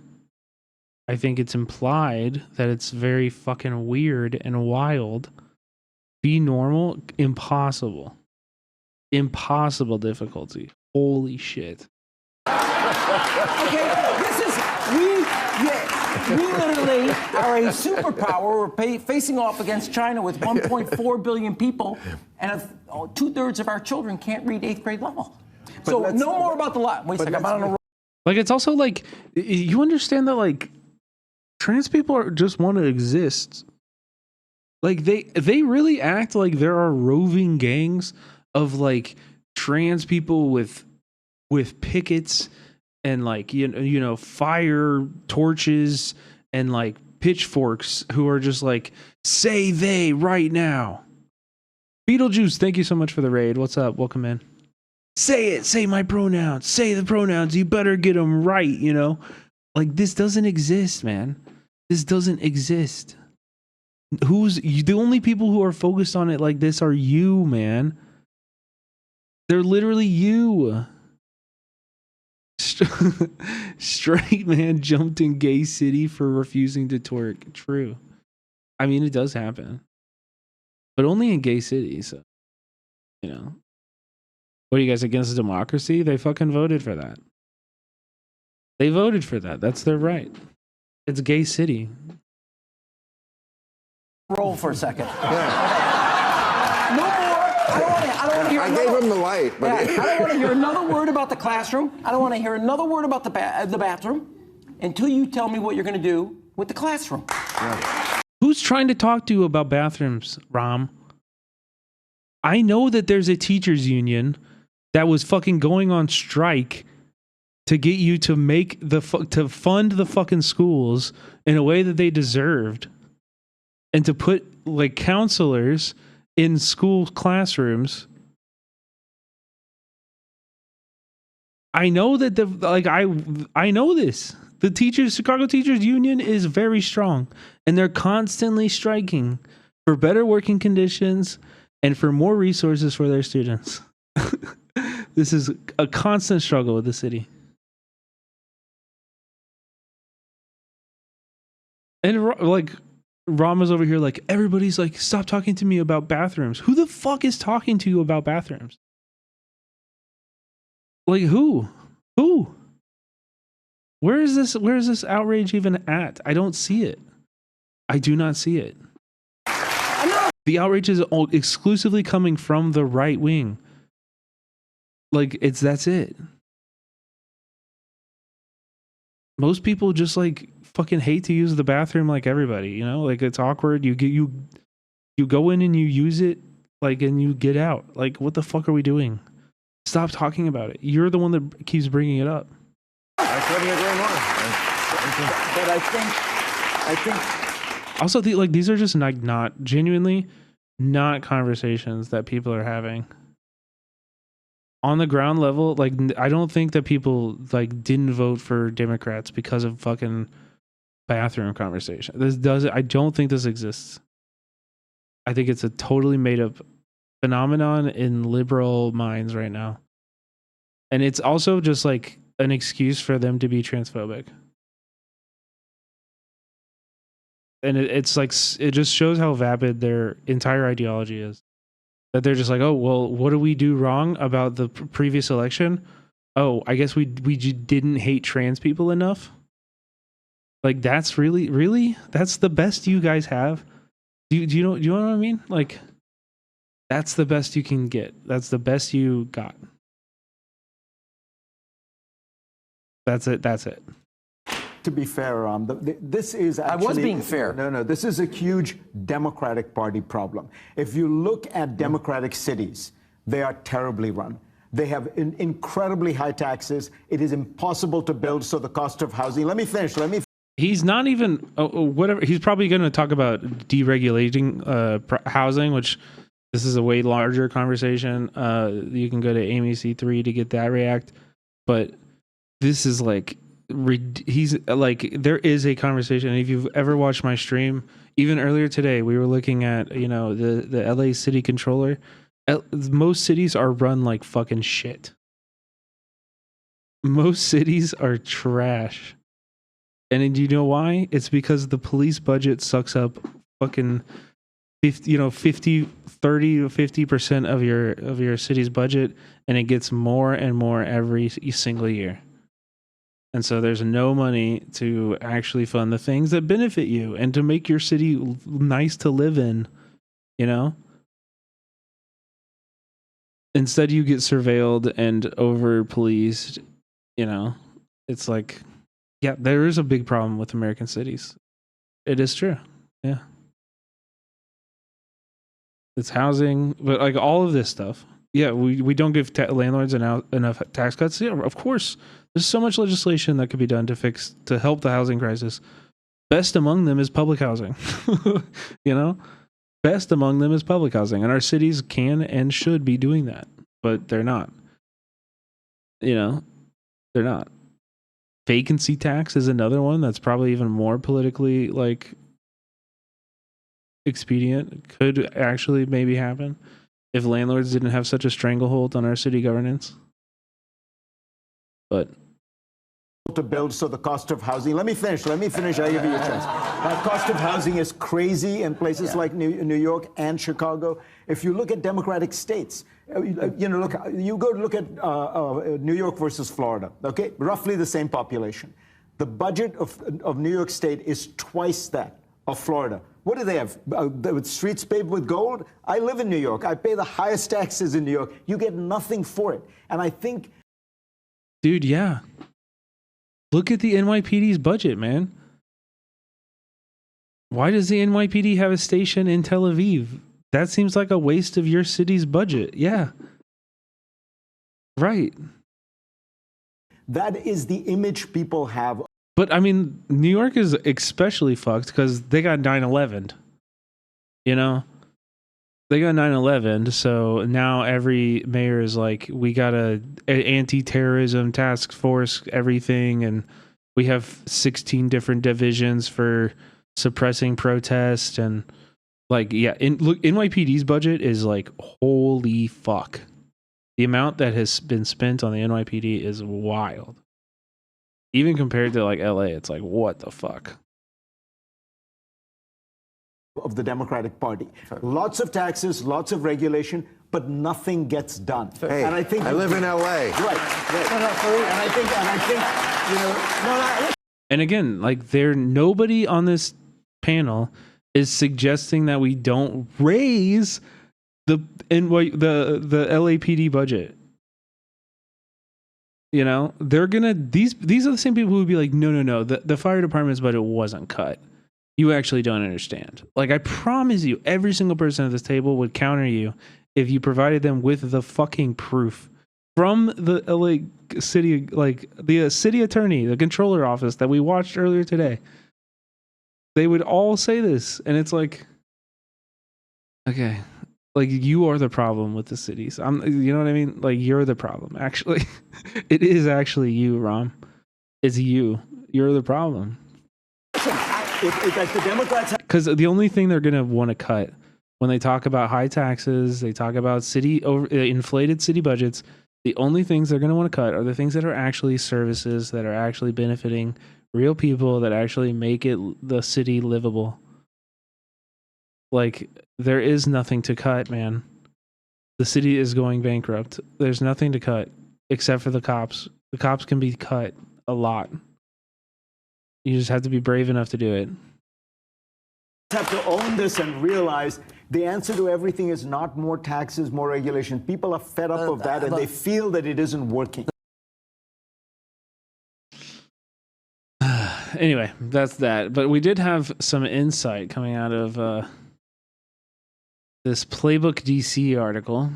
Last month, a group of moderate Democratic consultants, campaign staffers, elected officials, and party leaders gathered in Loudoun County, Virginia, for a retreat where they plotted their party's comeback. Here are their takeaways. Okay. So these people gathered and laid out 20 solutions for how Democrats can regain working class trust and reconnect with them culturally. Working class, them. I'm sus already. They mean white people. When you have to understand, when Democrats say working class, they mean poor white people. Okay, that's what they're talking about. More than a few stuck out the playbook. The party should embrace patriotism, community, and traditional American imagery. Democrats should ban far-left candidate questionnaires and refuse to participate in forums that create ideological purity tests, and move away from the dominance of small dollar donors whose preferences may not align with the broader electorate. They're like, the people who care, fuck them. They're like, the people that actually give a shit about a candidate, we don't want them. The people who are motivated to give a small dollar donation because they believe, fuck you. Like, what? What? They should push back against far left staffers and groups that exert a disproportionate influence on policy and messaging. Groups. What does that mean? Which groups? Like, you could just put minority in before this word here, and you get the true meaning. You know what I mean? Candidates should get out of elite circles and into real communities. For example, tailgates, gun shows, local restaurants, churches. And the party needs to own the failures of democratic governance in large cities and commit to improving local government.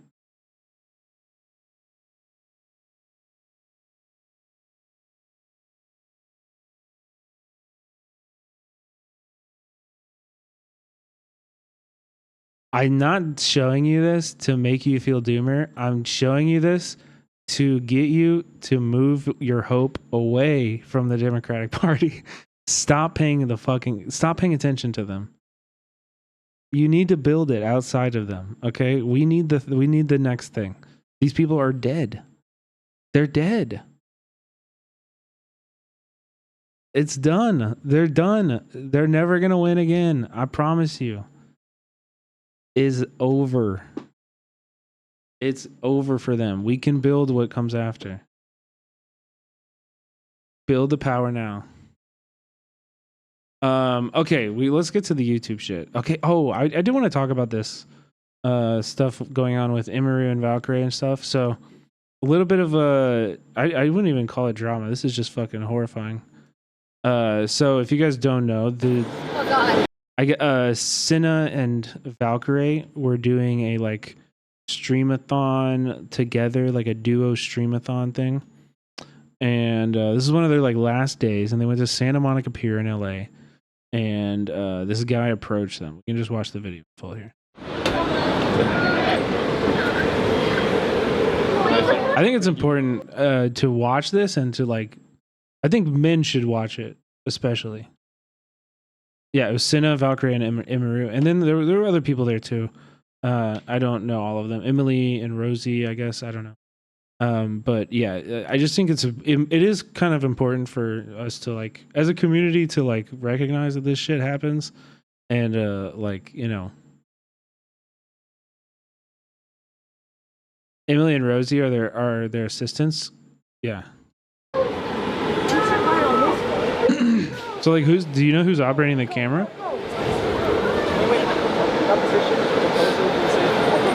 Yes, please. Oh God. Oh God, yes, I didn't see. Can I sing for a change? A change for the better, as you would say? Okay. And the change would be for her number. Oh. If you like it, can I get your number? I don't have a phone. Wait, put your number in mine. I don't know how to use a phone. I'm I'm sorry. Wait. So I'm gonna keep following her. Huh? I'm gonna keep following her. Not another one. I know. You're gonna have to get in line. There's too many stalkers. That's not how you really riz. Bro, what the fuck? That's not the riz. Get behind me. So Rosie is that's the. Okay. Oh my God. Kendrick. Are we getting churros? Kendrick, add it into the list. Thanks for coming in. The camera guy. Thank you so much. See you tomorrow, and I don't know everybody here. Can we get churros or no? Yes, right here. Oh. Dude, this is. I'm autistic, and I recognize how uncomfortable he was making them. Yeah, I mean, the truth is that these people are like, they're not like, they're like dangerous, violent. You know what I mean? Like, this is not, the behavior here is not like anything normal. There's nothing okay about this at all. There's no rationalizing it. Like, this is like an illness. You can also get them from the vendors. The vendors? Ooh, it might be better with the vendors. I didn't see any churro vendors though. Did you? There is one. You need, yeah. Do you want some sunglasses?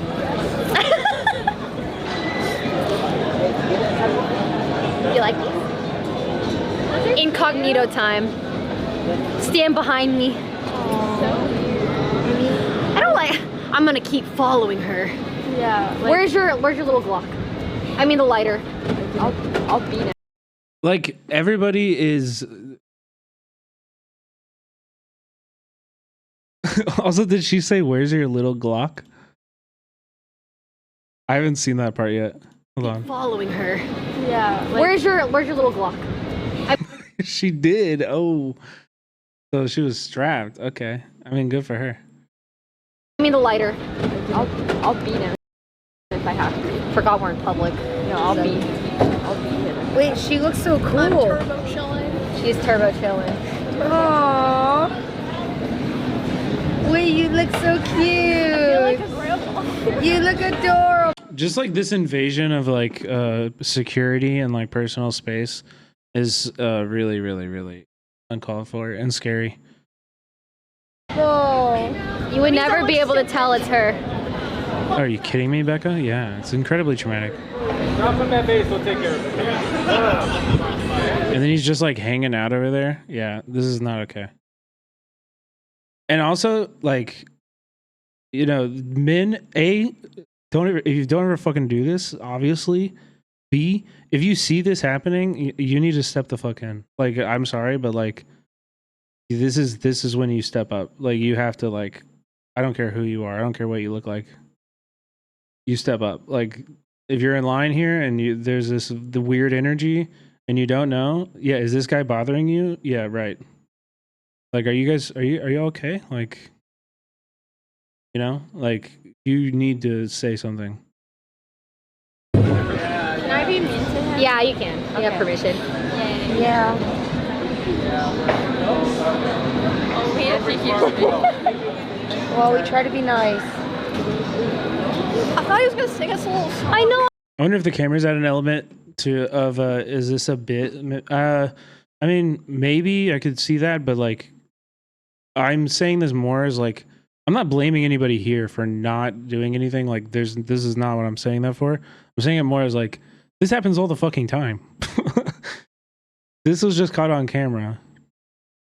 You know, this is a specific streamer situation that we're talking about, but it's also, you know, men are fucking violent and weird, and like, this is not uncommon. And you might experience something like this. And when you do, step the fuck up. You know, step the fuck up. I was excited for him to sing a song. And then like, he pulled out a plot twist. Me and Rosie made eye contact like, what's going on? Oh, Cammy, you look so cute.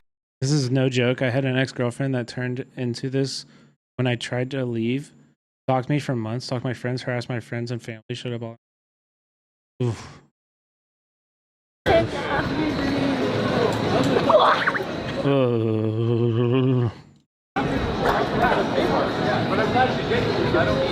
They just feel unsafe. Like, it's so uncomfortable. And they're just like, yeah, we have to leave now. Yeah, maybe we should. Yeah. He's you know, he's getting a little closer. That's oh. pastries and stuff, or like on I mean, Looks good. I think we're just gonna go. Let's go. Oh, no, we're not.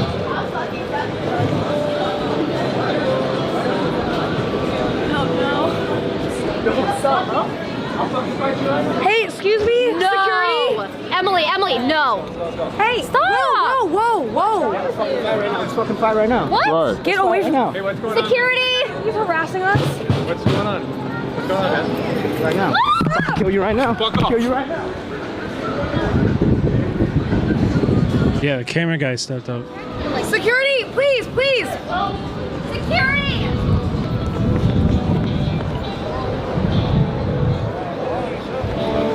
Yeah, so then they go BRB and they went offline after that. They arrested his ass? I actually don't know. I think they may talk about it more. Cinna and Valkyrie went live today to talk about it a little bit. I haven't seen this yet. But yeah. This is in LA, yeah. Yeah. I just like,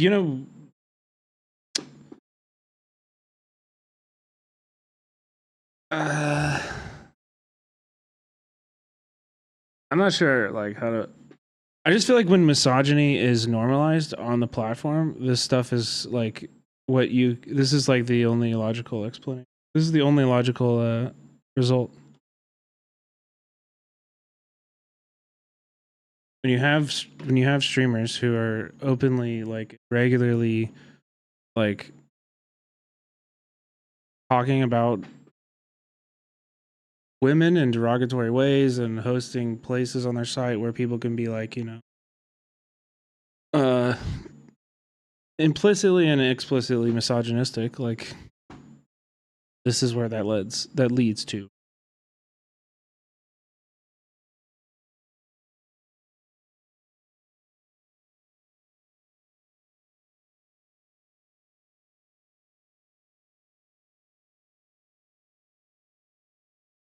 And it's gross. And I wish my like friends didn't have to fucking deal with this shit. And not that I'm friends with anybody in this clip, but I'm friends with a lot of streamers who are women, and the fact that they have to like think about this and go through this shit. And fuck, dude, I would be terrified if this shit happened to me. I would be fucking terrified. And like, it's also like I can't afford security. A lot of the people that I know that are at this scale can't afford security. That's us. We got to protect ourselves. So yeah, Tiny Glock it is. Tiny Glock it fucking is.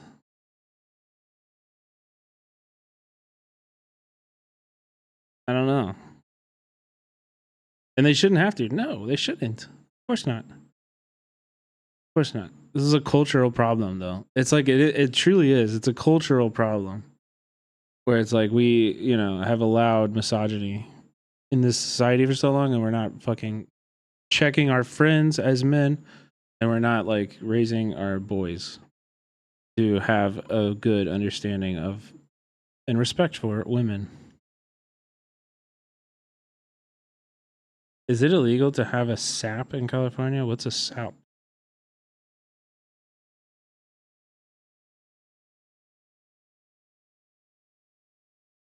Yeah, taking self-defense classes is also good advice too. Like a club? Oh, is that the thing that like you can like break ribs with? It's like a little.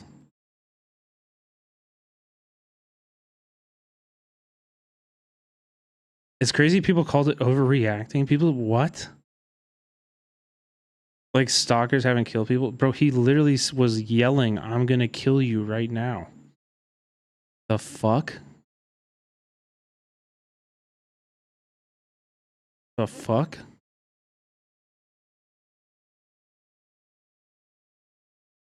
Anyway, let's hear. This is their stream the next day. I think we should listen to it too.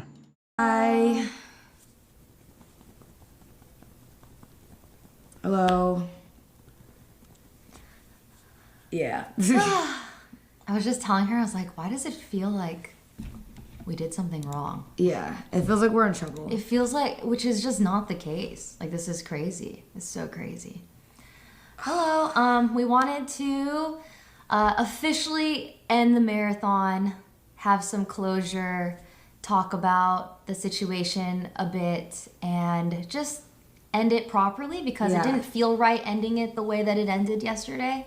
So, and we do kind of need to like say what happened because I think a lot of women, a lot of times in this industry, cannot talk about the stalkers they have because it will only make them worse. And unfortunately, this one was very, very public. Yes. And I feel like none of us can really. Yeah, there's also another part of this where it's like, women just like aren't taken seriously by cops, and so any thought that you have that there could be a structure that exists in society to actually help people dealing with this, like, doesn't exist. And I'm sure there are a ton of people in this chat who can attest that, like, who probably went to the cops and were either further traumatized or, told to fuck off basically and not given any help at all. They don't exist. You don't have any, there's no path to like getting help for this. Like, you just have to deal with it. Like, yeah. Move on. And we just want to get it out of the way while I am still here and Take care, Bigfoot. Ray is here and also Emmy is safe. Yes. She just, she needs time to process it and stuff. And we are all very much still in shock. So please forgive us if we are emotional. But we are not. We literally were like, let's try to like keep it together. We are very much in shock. That's so scary. No, like that clip does not do it justice for how scary it was. Yeah. It was like it didn't show everything that happened. And we just want to use it as like a learning situation because we see a lot of people saying like, oh, I would have done this if I was there, but you have no idea how fast it really happened. Yeah. We did not know that it was even the same guy up until he made the original thread about following us. We didn't click it. He changed clothes, apparently, which was insane. Yeah. So if you guys don't know, he met us earlier, like 30 minutes before, and was, interested. Like, he was just a little cringe. And, like, we took a photo with him, and he was very nice. And he went and changed clothes and came back, which is why we didn't know who he was. I also want to say... But also on the flip side, how it happened to me minimized despite the violent attacks, attempted stabbings, because the perpetrator was female and smaller than me. I was told to man up, and they literally didn't do shit. It can go either way based on cops' personal belief system. There's no standard whatsoever.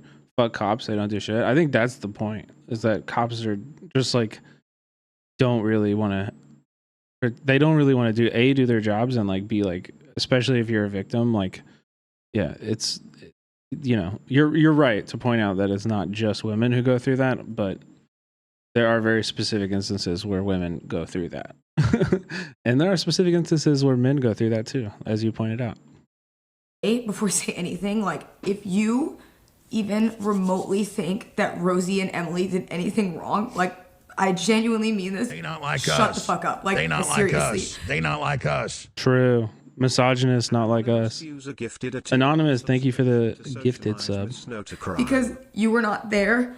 It is like fight or flight in that moment. And Rosie and Emily did everything they could to protect us so that we could like get away. And like Rosie, even afterwards, like stood out the door. And it's hard when you are like a camera guy and he is holding tens, like literally the equipment that he has on him is so much money. He was literally holding the camera close to him, turning, and like Rosie pushes the guy like away from us. Like, they did so much to help us, and they are not security. They're not trained to do that. This is not at all the same thing or anything like this. I'm not bringing this up as a comparison, but like during the WGA stream with Hassan, we had Matan there. And he came with like a group of like 3 or 4 guys, and they were being really fucking annoying at the picket line. And we're being like super cringe and they stayed for like an hour. It was just like fucking weird. And as a camera guy, I'm like, I don't know how to, like, all I did was like, I tried to like not show them on camera ever. And then I was just like, get the fuck away. Like, you know, anytime they're nearby me, I was like, get the fuck away from me. Don't talk to me. Rosie and Emily are normal human beings like us. Like, they're not used to that. Emily was prepared to like fight him though, even though he was like pulling things out of his pockets. Yeah. I just like, it scares me like thinking about that any of them could have gotten hurt. Yeah. It was really scary. Yeah, if you haven't seen, the entire interaction can be condensed into 2 minutes. Also, it wasn't shown, but he like banged on this trash can in front of the security guard. Like, I don't know if you could hear it.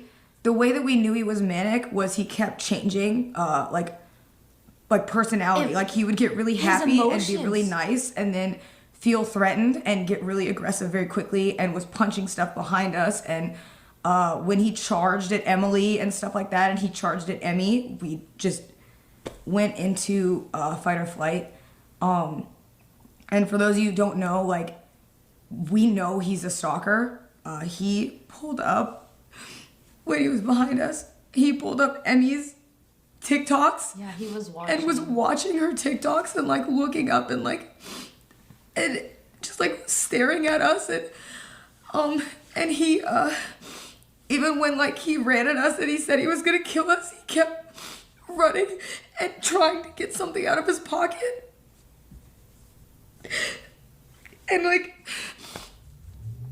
I said, like, you guys, when that clip cuts off, like, we had to run into a store screaming that somebody was going to kill us so that somebody would step in and let us in the back.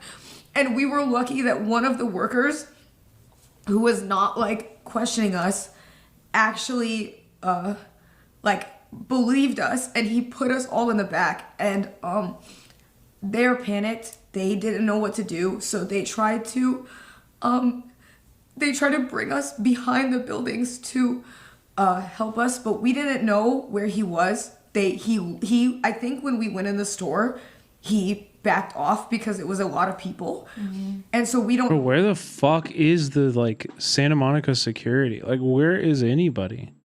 Where he was, we didn't know where he went, and we had to beg the workers to hide us because they kept trying to tell us that it's not their fault, but they kept trying to get us to go back around where it happened and saying that he was gone, but we said we didn't know if he was gonna come back.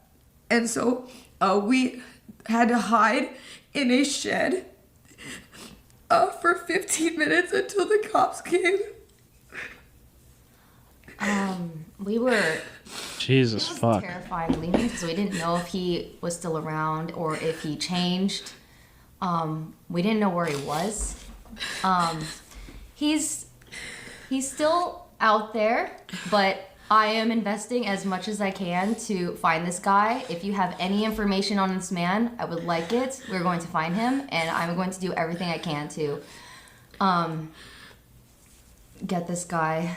So yeah, we are trying to do everything so we can get him. Mm-hmm. We have evidence that he knew who we were. We have everything. We just need to find him. So if any of you have any information and you've seen him before or anything, if you can please tell us so we will know, because it's hard sometimes, like when the cops have to go off stuff like that, and I know that it's a lot, but it would help us a lot if anybody has anything. Mm-hmm. We are right after this, we're gonna go to the police station. Yeah. And we are going to file reports and take it from there. So. And I want to say again, like, we are all in shock. I don't saw a lot of people saying like, well, did he actually have a weapon and da-da-da, but like when somebody is running at you or even walking towards you. When a stranger says he's going to kill you. And he's getting aggressive and he's banging on the trash can, and he goes from smiling to looking really serious. And charging at us. Like he put his stuff on the ground to fist fight Emily. I'm not joking when I say like It was so escalated fast. so quickly. There is nothing that anybody could have done. It happened so fast. And like, you guys did not see all of it. It is like, I am in hindsight very thankful that we were in the area that we were and that we were able to go into the store, because I think if we had been anywhere else on the pier, it would have been a very different situation. Because when you walk down, and if we would have been going into like the parking garage or anything, we would have had nobody. So at least we ran into that worker who I'm very thankful helped us. And yeah, I just, please, like, take stuff like this very seriously. It can happen to like anybody if you're male or female, Yes, but it like, happens to everybody. but like, it is so, like, if you ask any girl streamer, they all have stories, and it's not just Emmy, it's not just somebody. Yeah. It's every single girl streamer has a story like this, but Yeah, any woman, like, yeah. we get to use this to talk about it because this one it's happened so public. It felt important to talk about. So, moving forward, we will be. You got tissues? Don't you? It's sad. Oh, baby. We are very much in shock still, just to clarify. And I know people are like probably gonna see us display a lot of emotions when we go live next time or whatever, but I think none of us really know how to process this. That was very, very Yeah. And I hope they get some like help.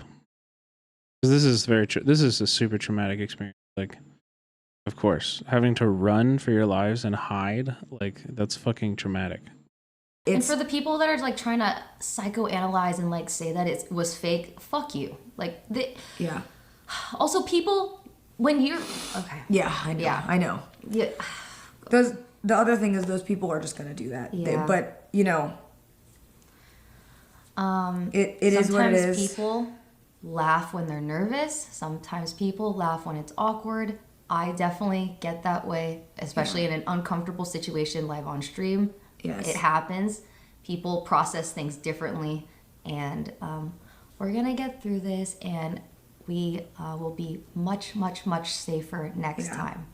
And like we said, like, you know, this is not like just a random cringe viewer. Like, whether or not he walked at us, ran at us, it doesn't matter. When you have a stranger like that who is holding photos of you in their hand and doing what he did and saying like, I'm gonna fucking kill you, that is like, and he charges at you. It is like, to be treated. You take it seriously. Yeah, they'd really, yeah, of course you do. Of course you do. Of course you do. This is like a super serious situation. And I don't know. I mean, like, I just keep going back to like, this is a cultural issue with the platform. And like, I think I would like to see people check this shit harder. And hopefully it makes people reevaluate the shit that they're saying on their streams and the shit that they're allowing in their subreddits. This kind of misogyny, it comes from somewhere. It's an ideology. It's a belief system. You know? Like, this is on all of us. It's on all of us. You are not entitled to anybody's attention. You're not entitled to anybody's affection. Period. Like, check your friends for real, man. In the video, he charged us. It is an attempt on our life, and like, we are taking it very seriously.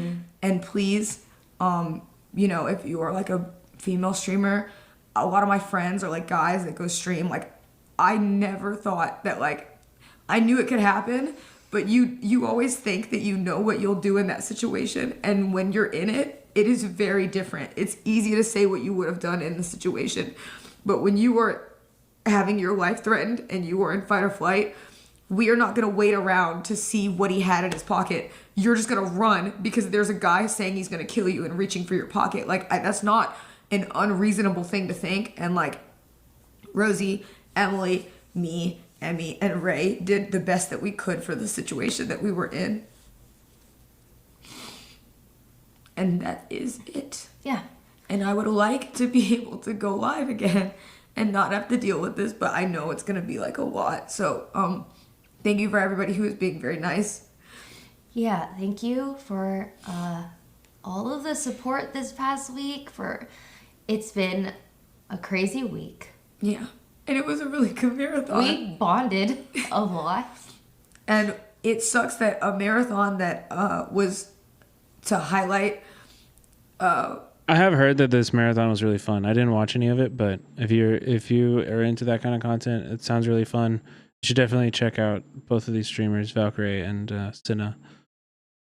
Women streamers and like us do stuff together is unfortunately like ending off on something that is one of the worst things that can happen to a female streamer.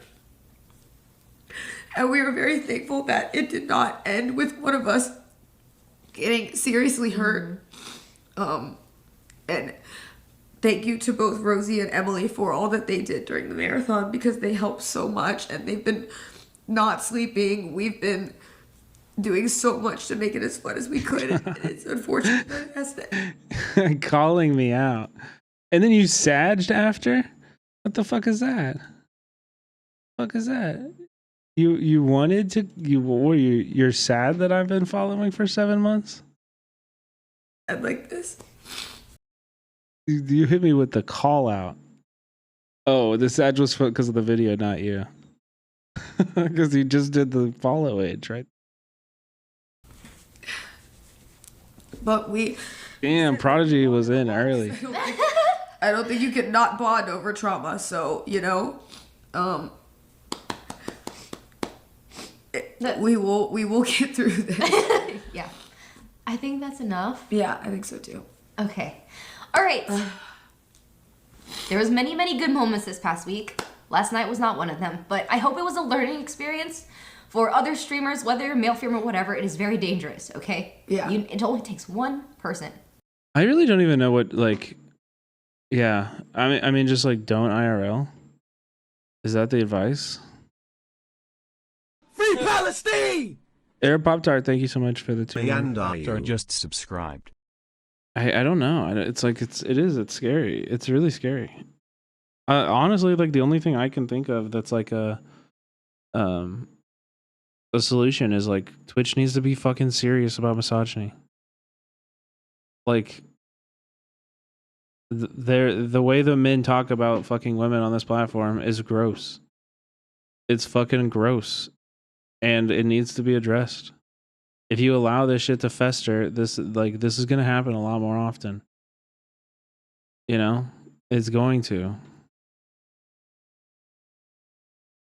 It is. Yeah, I got Hassan banned stuff, but I don't even want to do any of that. Let's talk about some good news. We got No Other Land winning an Oscar.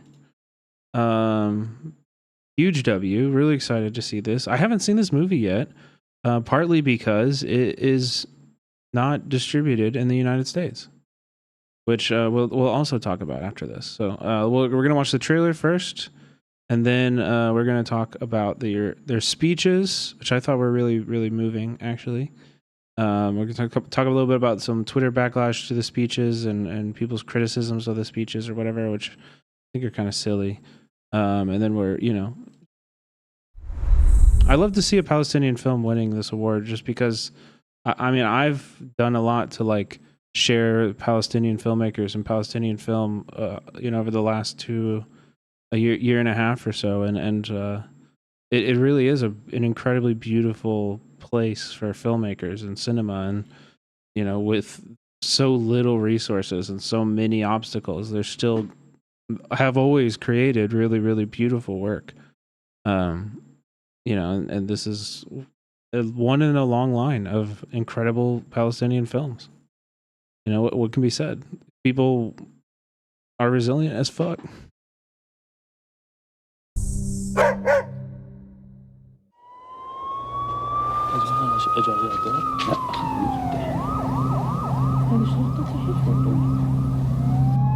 Thousand Palestinians face one of the single biggest expulsion decisions since the Israeli occupation of the Palestinian territories began.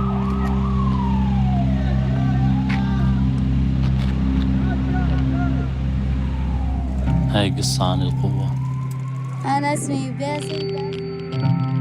مسافة رياضة هي المكان اللي كبرت فيه.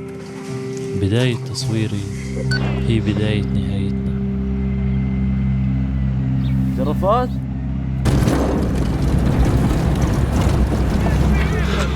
أنا متسلم ادخل!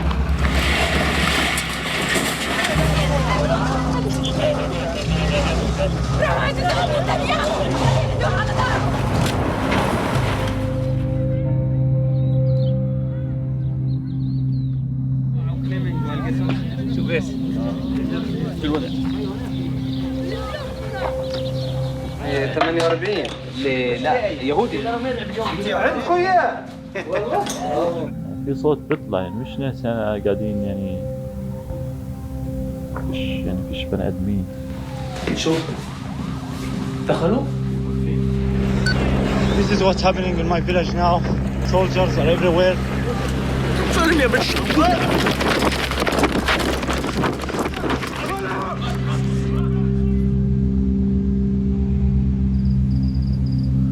يكون كثير حلو إذا بصير استقرار.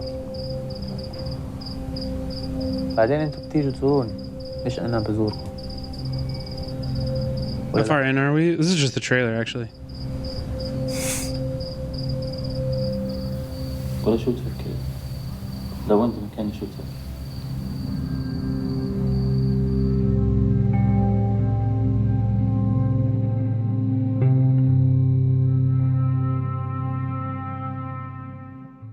Yeah. So I really, really want to see this film badly. And yeah, we watched Incident on stream. We watched a bunch of the short, all of the like short films that I could find online that were nominated for Oscars. We watched on stream. I Am Not a Robot won best live action short. We did watch that one on stream. I liked Alien better, but is what it is. Okay, and then we so this was their speech. Democracy depends on a free covered by press. Democracy Now. Support our independent journalism at democracynow.org/give. And the Oscars were held Sunday evening. History was made in the Best Documentary category. And the Oscar goes to No Other Land. Incredible. The Palestinian-Israeli film No Other Land won for Best Documentary. The film follows the struggles of Palestinians in the occupied West Bank community of Masafer Yatta to stay on their land amidst violent attacks by Israeli settlers aimed at expelling them. The film was made by a team of Palestinian-Israeli filmmakers, including the Palestinian journalist Bassel Adra, who lives in Masafer Yatta, and the Israeli journalist Yuval Abraham. They both spoke at the ceremony, beginning with Bassel Adra, who became the first Palestinian filmmaker to win an Oscar. Yeah, this is amazing. Not the first person nominated, however. Five Broken Cameras, I believe, was the first Palestinian documentary nominated, which is another incredible film. Five Broken Cameras is one of my favorite movies of all time. In fact, today, as I was filling out a volunteer application for a little micro cinema in Kansas City, they asked, "What is your favorite film?" And I believe I put Five Broken Cameras. The Academy for the award is such a big honor for the four of us. Is it true Gal Gadot successfully got out of presenting this award? I have not seen anything verifying this outside of people just like wishing it was true. I don't think that's true. Gal Gadot presented for another award this same night. And it was very clearly like a Disney paid event because they're both in the upcoming like Snow White movie or something. I don't think they would put her up, though they would put those two up there. Yeah. She wasn't anywhere around for this, though. She was in the audience. I'm sure she's sitting down as everybody else is clapping. When I was watching and they were coming up, there's a one wide shot, and you can tell like a lot of people are sitting while everybody else is standing ovation. Us and everybody supported us for this documentary. About 2 months ago, I became a father, and By the way, Hassan's interview with him, I was listening to it while we were driving, and outside of the audio issues, it was a really, really great interview. He's a very, very sharp and like well-spoken person who gave a lot of insight into the West Bank and the struggle of the people dealing with the settlers and the IDF there. Daughter, that she will not have to live the same life I'm living now, always fearing. I think I may have been able to get them on my stream if I wasn't moving. If I was in a more secure place right now, I think we could have made it happen. Unfortunately. But, oh well.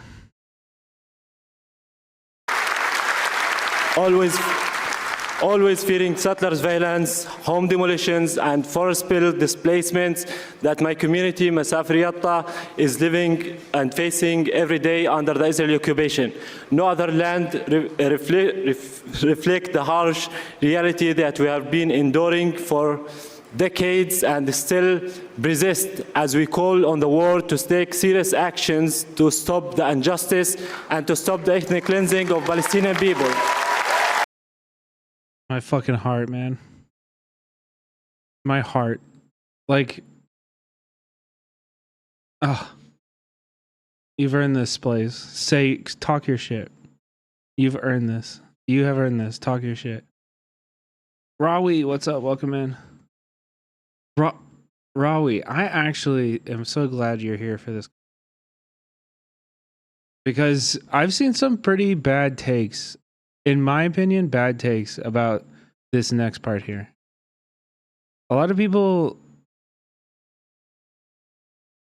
are really upset about the Israeli journalist, who's not even a Zionist. I think very clearly is not a Zionist. Just by the thing he says is not. I don't think he's a Zionist. But Rawi, I'm actually very interested in what you think about this.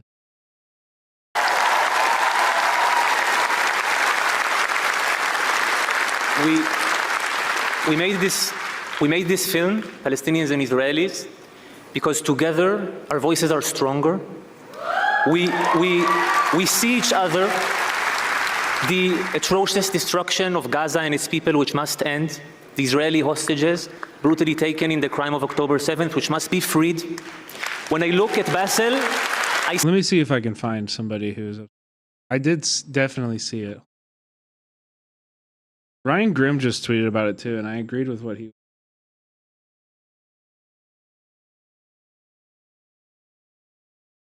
Uh-oh. Hold.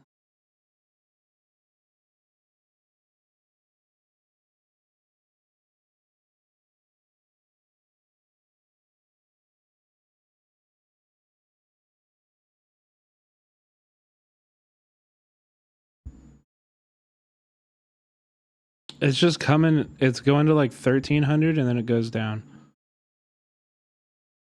Ah, fuck. We got a good 2.5 hours, chat.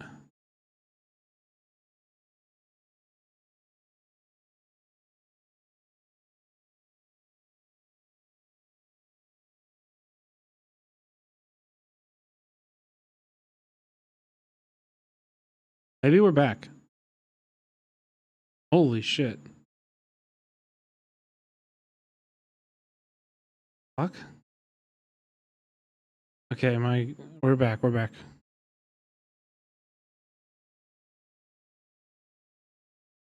Hello? We should be back. We should be fully back. Can we rewatch the speech? Yeah.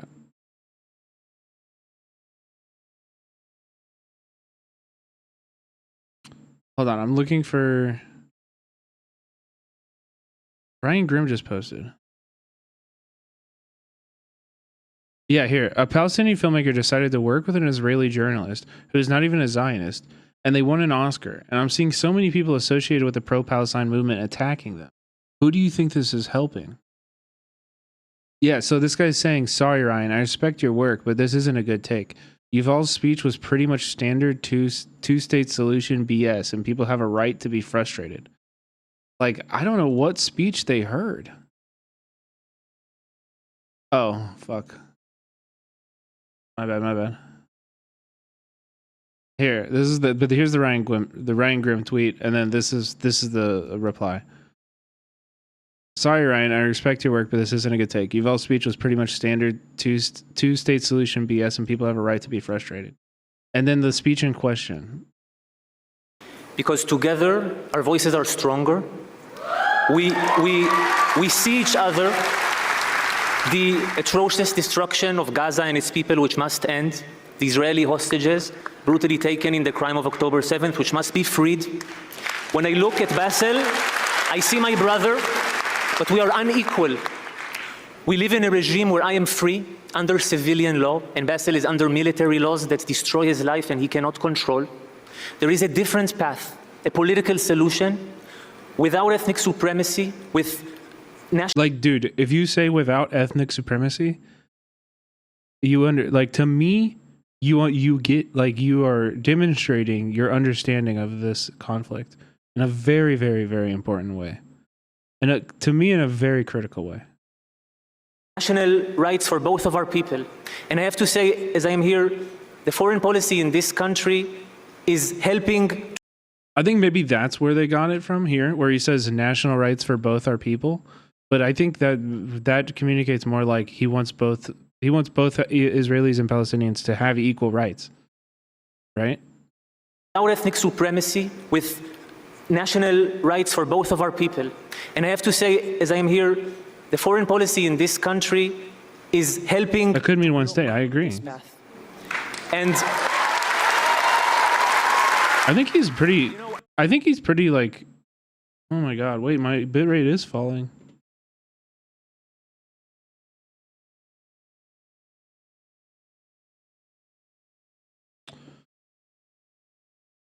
Yeah, I got the idea. I think it's overreaching. People have no idea the censorship these people are under. Like, just for being nominated, they got retaliation. And now winning MKs are yelling about him already. And yes, yelling about Yuval. He has to mention something about October 7th. And even that was too little for Israelis. Also, all these people didn't watch the movie. In the movie, the Palestinians think he is PCI. That's interesting. So the Palestinians are reading him as like a... as an Arab Palestinian. I haven't seen the movie either. I really want to. Why? Can't you I don't know about that. Intertwined?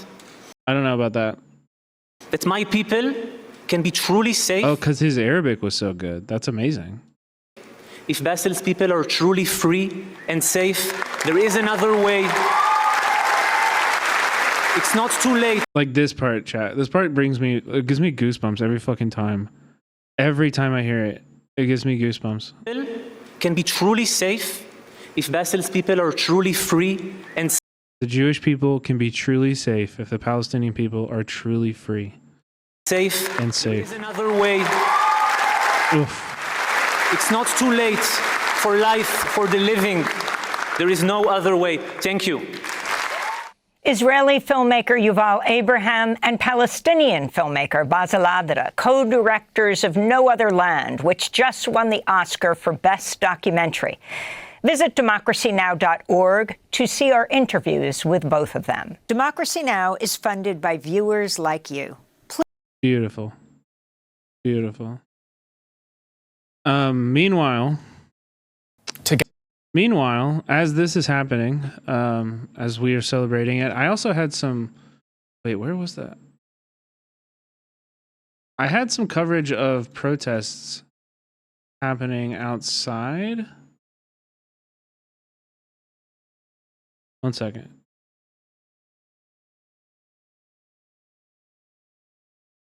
I guess I lost that. Here, I'll find it.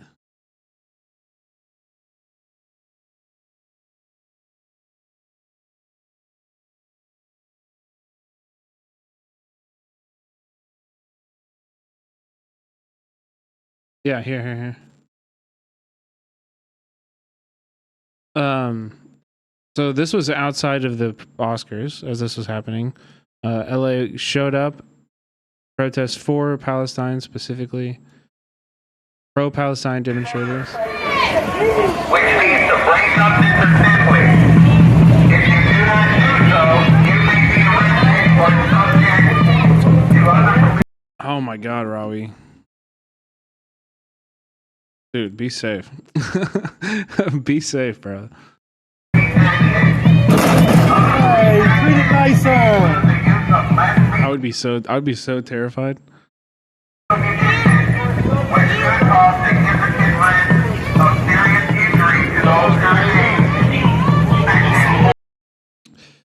So yeah, this happened, and then you know, LA showed up in force, as you can see, on their goofy ass. Like, can somebody outside of just like moving people really inefficiently? Also, every single time I've seen these, like, they are going slower than walking speed. One, they're always going slower than walking speed. And isn't this like the opposite? Like, this is not secure. To me, this actually proves that these cops know that they're not threatened by violence. You're literally, you have meat shields protecting the person on the inside. Like, this is the most, and then it's like, here, guys, we no idea what could happen. We need to wear all of our armor and all of our you know, our helmets, and bring all of our big guns. You never know. These people are crazy and violent and dangerous. But hey, guys, let's all stand on top of the giant gasoline fueled engine, and we'll all just like line the outside of the gas. Like, what the fuck is this? Any kind of like analysis of risk, or like, you know, any kind of like, you know, they protect the car, right? It's so silly. What are they doing?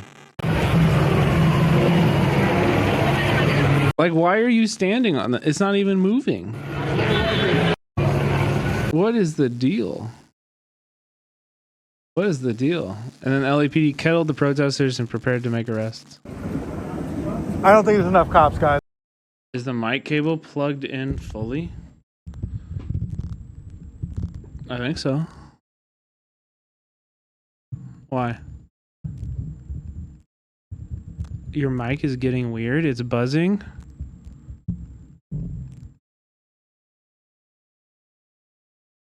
Did that fix it? Did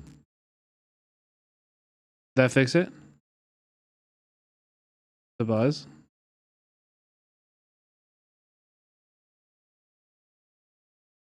Okay. Guys, I think they need at least 40 or 50 more. They need the whole bureau out here.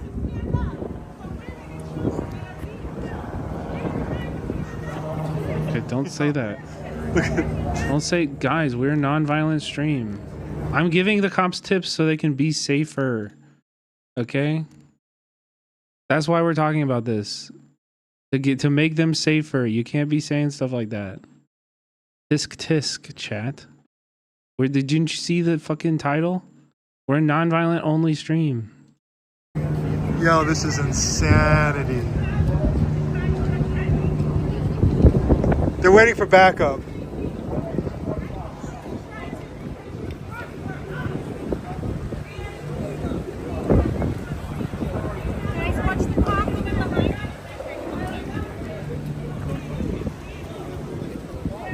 You dropped your bike, so you're not paying attention.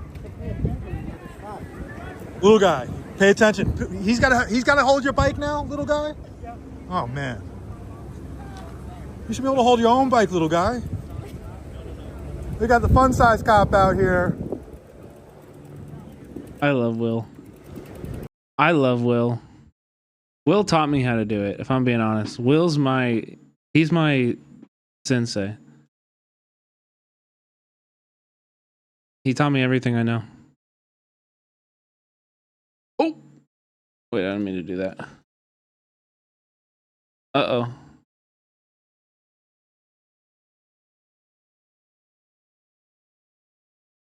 My PNG tuber.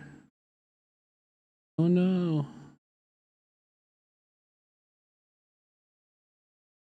The app crashed. Did I fix the mic even a little bit? Did I fix the mic a little bit? Yeah, it's better now? Okay, good.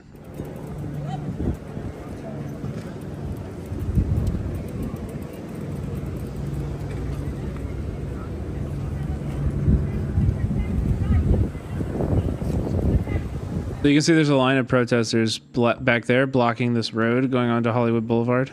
Or actually going on to Lexington.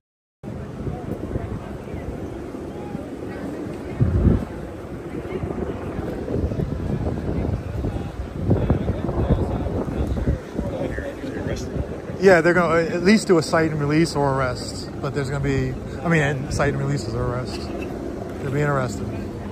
The only thing I'm thinking is I heard them say something on the radio about approaching on Lexington from a certain direction. My VTuber never came back. What the fuck?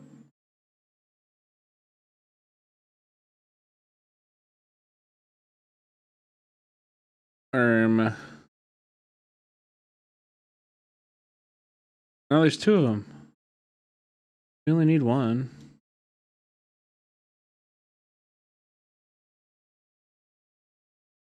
Okay. And I'm hoping that's not a bus that they're asking for. That'd be crazy if they're gonna literally look at them. So this is what was happening outside of the outside of the Oscars. So I just want to remind everybody, that is the dynamic that was happening outside of the Oscars, and this is the dynamic that was happening inside of Gaza. As Ramadan is starting, Israel announces it is cutting off aid to Gaza once again. And they're considering cutting off water this time. Gaza now, where the health officials there say Israeli strikes have killed 4 Palestinians. Israeli shelling has been reported near the southern city of Khan Yunis as the two sides disagreed on how to extend a ceasefire. Israel says it's cutting off humanitarian aid entering Gaza because the first phase of the temporary ceasefire has expired. Israel has warned of consequences if Hamas refuses to accept a US proposal to continue the first phase of the truce during the Islamic month of Ramadan. The proposal calls for Hamas to release half of the remaining hostages and extend the truce through the Jewish Passover holiday on April 20th. Well, a little earlier I spoke to Myrav Zonshine, senior Israel analyst at the International Crisis Group, and I asked her how she would describe the state of the ceasefire deal now that Israel is... I didn't think there was a pause between the stages of the ceasefire. There's not supposed to be. Israel is breaking the terms of the ceasefire. Yeah. Cutting off humanitarian aid into Gaza. Israel is the military power here. Nobody has any, everyone understands that Israel's the one who can apply the force, and it has applied extreme force for 15 months, and it still hasn't achieved its war goals. When Israel wants to fire in Gaza, it fires. When it wants to fire in Lebanon or Syria, for that matter, it does that. It has a ceasefire with Lebanon too, but it's creating the terms. Now, in certain cases, Israel definitely will rationalize that this is it's in its own security interests, but ultimately, this is overreach. This is not actual respect for the ceasefire. And so, again, the question is, regardless of the moral or international legal implications, what is Israel going to achieve? We're going to have to leave it there. But as always, thanks for your analysis. Myrav Zonshine, senior analyst with the Israel-Palestine International Crisis Group. Okay. Her last name was Sunshine, but it was pronounced with Z's and stuff. That's a cool last name. Okay, let's bring in Shaina Lowe from the Norwegian Refugee Council for more on this. First and foremost, thanks for joining us on DW News. Could you tell us how great the need is for humanitarian aid for the people in Gaza? The people in Gaza are continuing to suffer. Of course, the 6 weeks we saw an increase in aid supplies entering Gaza, but it's nowhere near enough to meet the tremendous needs that resulted from 15 plus months of active hostilities. Infrastructure is destroyed, housing is destroyed, and hospitals are barely functioning at this point. We need to see a surge of aid, and we need the crossings to be opened. Okay, well, what consequences would cutting off aid now have for the millions of people in Gaza? Well, we're going to see a continuation of the starvation crisis that we've seen. We're going to see the collapse of medical facilities that are still treating the sick and wounded. We've already seen just in the last couple of weeks 6 newborns that died from exposure and the cold elements. We need to get in more shelter supplies as winter continues in Gaza. And really, we're going to see a return to the conditions that we saw just weeks ago, where people are really struggling to find anything for their basic needs: food, shelter, clean water, medicine. Is there a plan in place to deal with this situation? Deal with the situation. Well, of course, we all are contingency planning and What is not Gaza border with Egypt? Why we need Israel permission to enter Gaza to deliver the aid? Oh yeah, that is very interesting. It's almost like Gaza is within Israel. Like Gaza is not its own independent area in any way. Everything that goes inside and out of Gaza, even before October 7th, was controlled by Israel. They've always controlled the amount of food going into Gaza. They've always controlled the amount of construction supplies going into Gaza. I mean, same with the West Bank. You want to talk about where have you been since 67? Exactly. Exactly. Yeah, they've always controlled that. I mean, in the West Bank, if you want to build something, you want to be allowed to build something, you have to file for a permit. Those permits before October 7th were like a 98% refusal rate. Now there's 100%. Nobody's ever permitted to build anything if you're Palestinian. The settlers, on the other hand,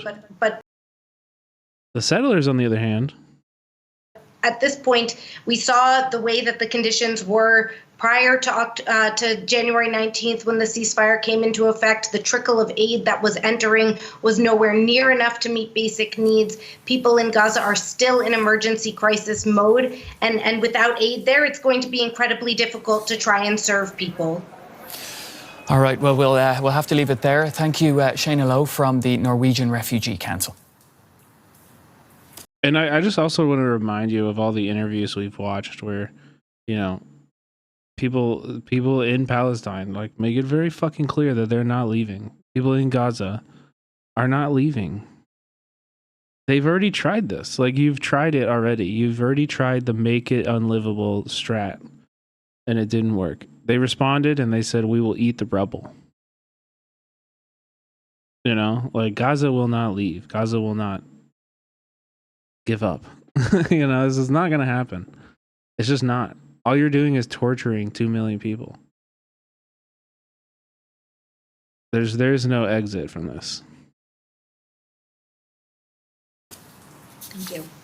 Well, for more on this breaking story, let's cross straight to journalist Balig Sladin in Tel Aviv. Balig, why this announcement now?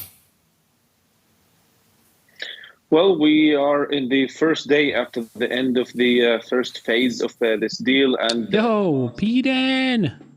Piss Raid, welcome in. Thank you, everybody. Welcome in, everybody. For people who join late or anything, I'm at my parents' house. The internet is fucky. I don't have a webcam. We're doing PNG tuber right now. We're hanging out. But it's still a good vibe. We're talking about Israel cutting off aid right now. I was hanging out in Peden's chat earlier. It was a good time. She was killing it. Top VTuber on the site? Nah, I would never claim that. Would never claim that. Did not agree to extend the first phase of the deal, and the parties did not agree to reach the second phase of the deal because of the gaps between the two parties. Hamas wants to keep its arms, wants to still or stay in the governing of the Gaza Strip in some way or another, and Israel wants exactly the opposite, wants a complete disarmament of the Gaza Strip and the return of all of the hostages. Now, the Prime Minister's office said that there will be no ceasefire or will be no steps to be taken if hostages are not returned. The whole point of the ceasefire and the aid entering the Gaza Strip. Brett is an immigrant in my community and needs to be deported back to California for 10 months. Brett is an immigrant in Why is it doubled? I don't know why it does this. I will fix it. Well, thank you for the sub, Cold Star. Sorry we couldn't stop at Raising Cane's on our way in. It wasn't on the way. Is to but Cold Star, did you hear the news? The empathizer got into. Oh my god, you have Nas as an alert? Yeah. Isn't that one so good though? Colonization is terrible. I laugh every fucking time, dude. It's so funny. It's such a funny clip, bro. Okay, let me find. It's so funny. Yeah, it's this one. They're doing it twice. Okay, so resub message. Oh, I see. Okay, I think I fixed it. Send a test alert. Colonization is terrible! Cinemarxism just subscribed for 2 months. Okay, cool. It works now. Okay, I fixed it. Thank you for the sub, Cold Star. Know what news? Oh, I didn't tell you. The Empathizer got into the Kansas City Film Festival. So the Empathizer will be playing and at the AMC Ward Parkway in Kansas City in late March. You can come and you can see it in person. It'll be awesome.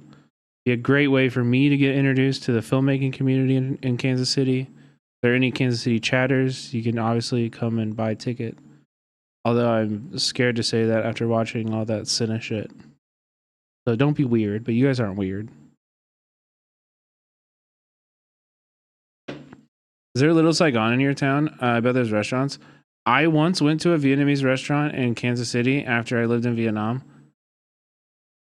And I went there and I tried to speak Vietnamese to the waiter. And he looked at me very weird and he said, "I'm Thai." And I said, "Oh." I said, "Oh, okay." They not like us. They not like us. Air Pop Tart, thank you for gifting a sub. Arab Patat gifted a tier 1 subscription to Ray_K. Hi, new here. How do you feel about yourself as a white dude? I watched your stream last night and it was cool, but also yikes. True. Also, you're lying. I didn't stream last night. Actually bring back some hostages. It's because of the fact that the parties cannot agree on the second phase of the deal, that now the government has taken this step. By the way, the estimate... Who did it for you? Cult of Eyes. As a white dude, what does that mean? What happened? Somebody came in and put that in. Does anybody have the clip? I'll play the clip. It's very funny. Somebody came and put that in. It was like the day after the UCLA encampment. So I was like yelling at cops all day. And somebody came in and put that in there. Yeah, Cult of Eyes is our resident artist. There he is. Yeah. Yeah, we love Cult. In Israel, that the aid that entered the Gaza Strip, we're talking about 4,200. Oh, you got the clip here. Like they build from one thing to another. Okay, here. Hi, I'm new here at Cinemarxism. How do you feel about yourself as a white dude? Watched your stream last night and it was cool, but also yikes. Lol. I know. Fucking it's so yikes that I'm white. Please forgive me. Forgive me, please. Please. I'm so sorry. I'm so sorry.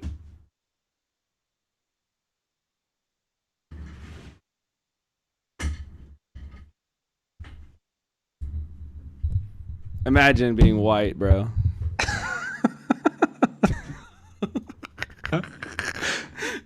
What kind of question was that? I don't know if that's what they meant. What do you mean? What am I supposed to... How do I feel about being white? Yeah. That was just the only way I could react. Do you forgive me at least? Like, hello? Like, you know? What are your thoughts about KC Barbecue and what's your favorite place? My favorite place is probably Jack Stack. I fuck with Jack Stack. But if I'm telling you, if I'm being the real honest and cred, Kinsey barbecue cred isn't a part of this conversation, is Q39. I think Q39 is fucking delicious, dude. It's so good. Judging you for not saying Joe's? No. If it's a classic KC place, it's Jack Stack. They just got the best meats. Okay, but expensive AF. True. But you asked me for my favorite, not my like most economical. You asked me for my favorite.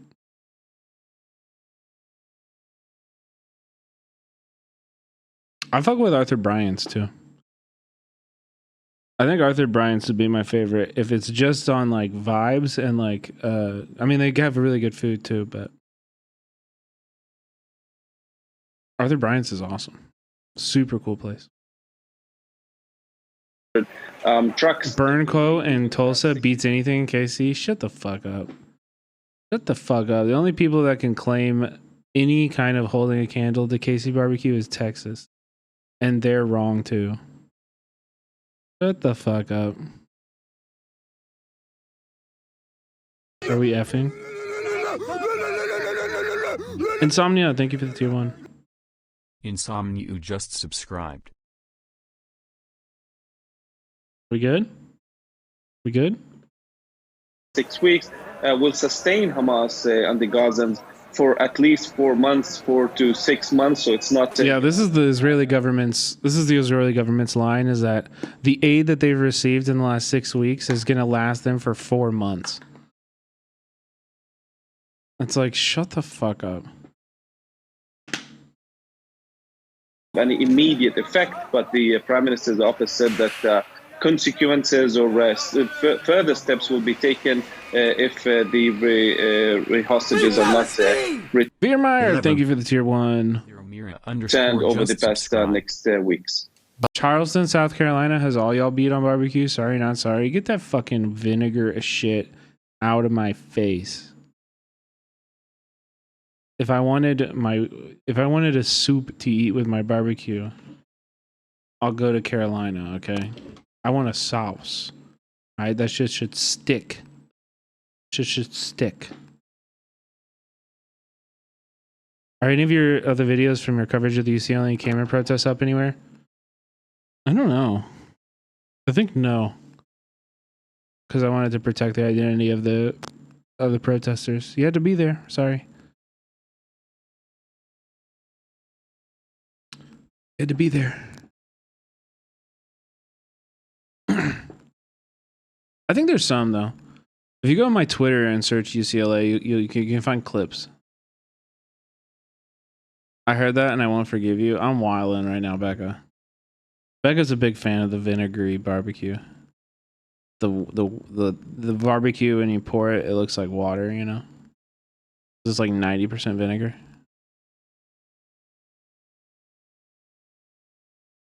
In Texas, you either donate a kidney to afford okayish restaurant barbecue or you go to your buddy's backyard cookout and give up a foot. Both sound good. Both sound good. I'm fine. I like paying money for good food. You know? Oh, we do have your coverage of the DNC protests on YouTube? Yeah, yeah. Why don't we have a commie brat emote? Wait, we have Brad and Brett. What do you mean?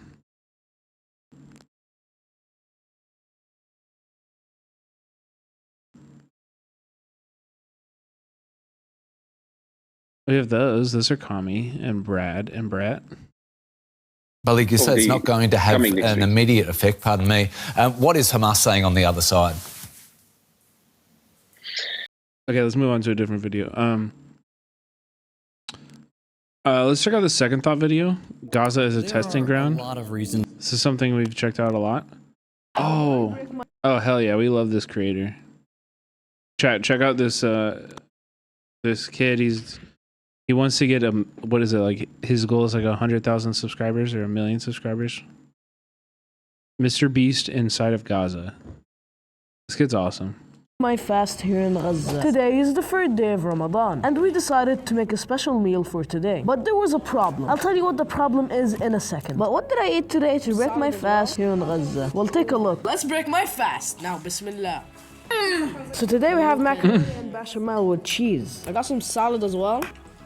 So the problem was that this dish is usually made with either meat or chicken. But since the borders have been unfortunately closed, We decided to make it without the meat or chicken.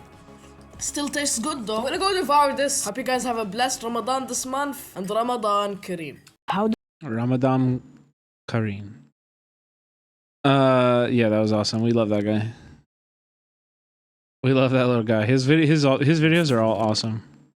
He did the video that was like testing famous people's morning routines in a war zone. Yeah, the work, and they were all like, work out, wake up at 5 a.m, work out, eat a meal, go to sleep, wake up again, eat another meal. He was like, well, we can't eat because we don't have food. But did you see Al Jazeera's Palestine laboratory? No. What is that? Better Mr. Beast for sure.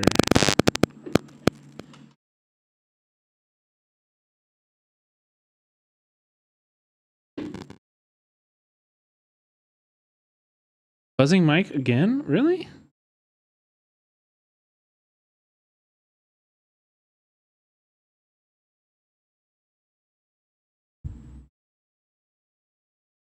There's weird audio extortion?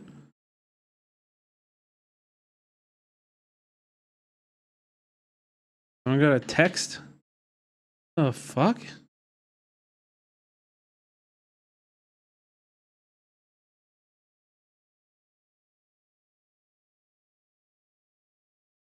Somebody clip it? Oppose the Israeli. I don't know what's going on. Israeli genocide. Number one, it's a genocide. That to you. It's not a matter of if, it's a matter of when. Under Israeli colonialism, Palestine is a laboratory for the most dangerous research in the world, a testing ground in the search for the best answer to the question, how do you keep an oppressed population? It's like this type of sound.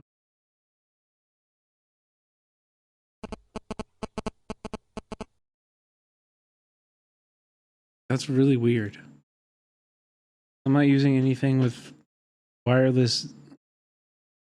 I'm not using any wireless.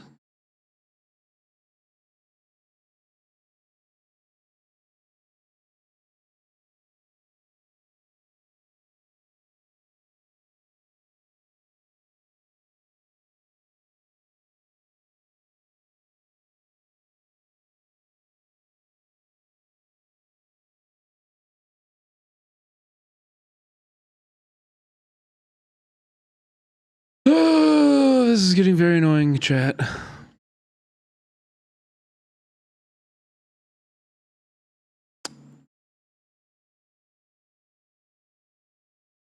I think I'm gonna end it, and I'm just gonna. I don't know. It's not Spectrum. It's this whole setup. I think I'm just gonna end it. It's getting pretty frustrating, and I want to fix it. And I'll be back tomorrow. It'll be better, I think. Sorry, it's gonna be a little bumpy. It's gonna be a little bumpy as we are figuring out what's going on with everything. You know. I apologize. Once we get all moved in the new spot, I swear to God, this is gonna be the fucking smoothest stream you've ever seen.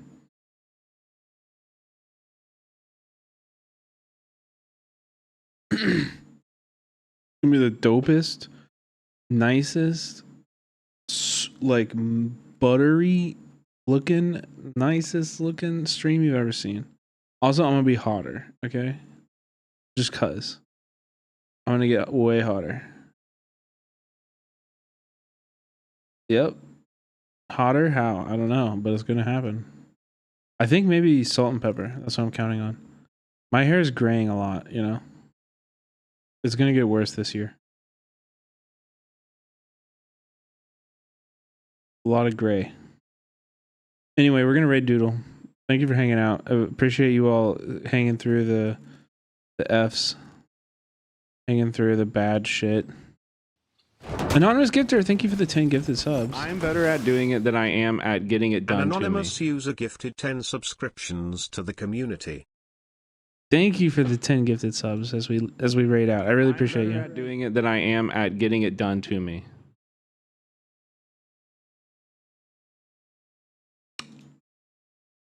Okay. Well, you'll be on the Kansas City attractiveness scale now. True, Toby. True. I love that for me. Anyway. Anyway.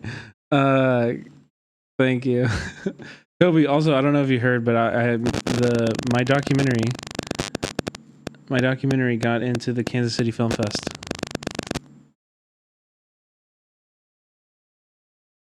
So we're gonna be screening in Kansas City. Outro music? What's this?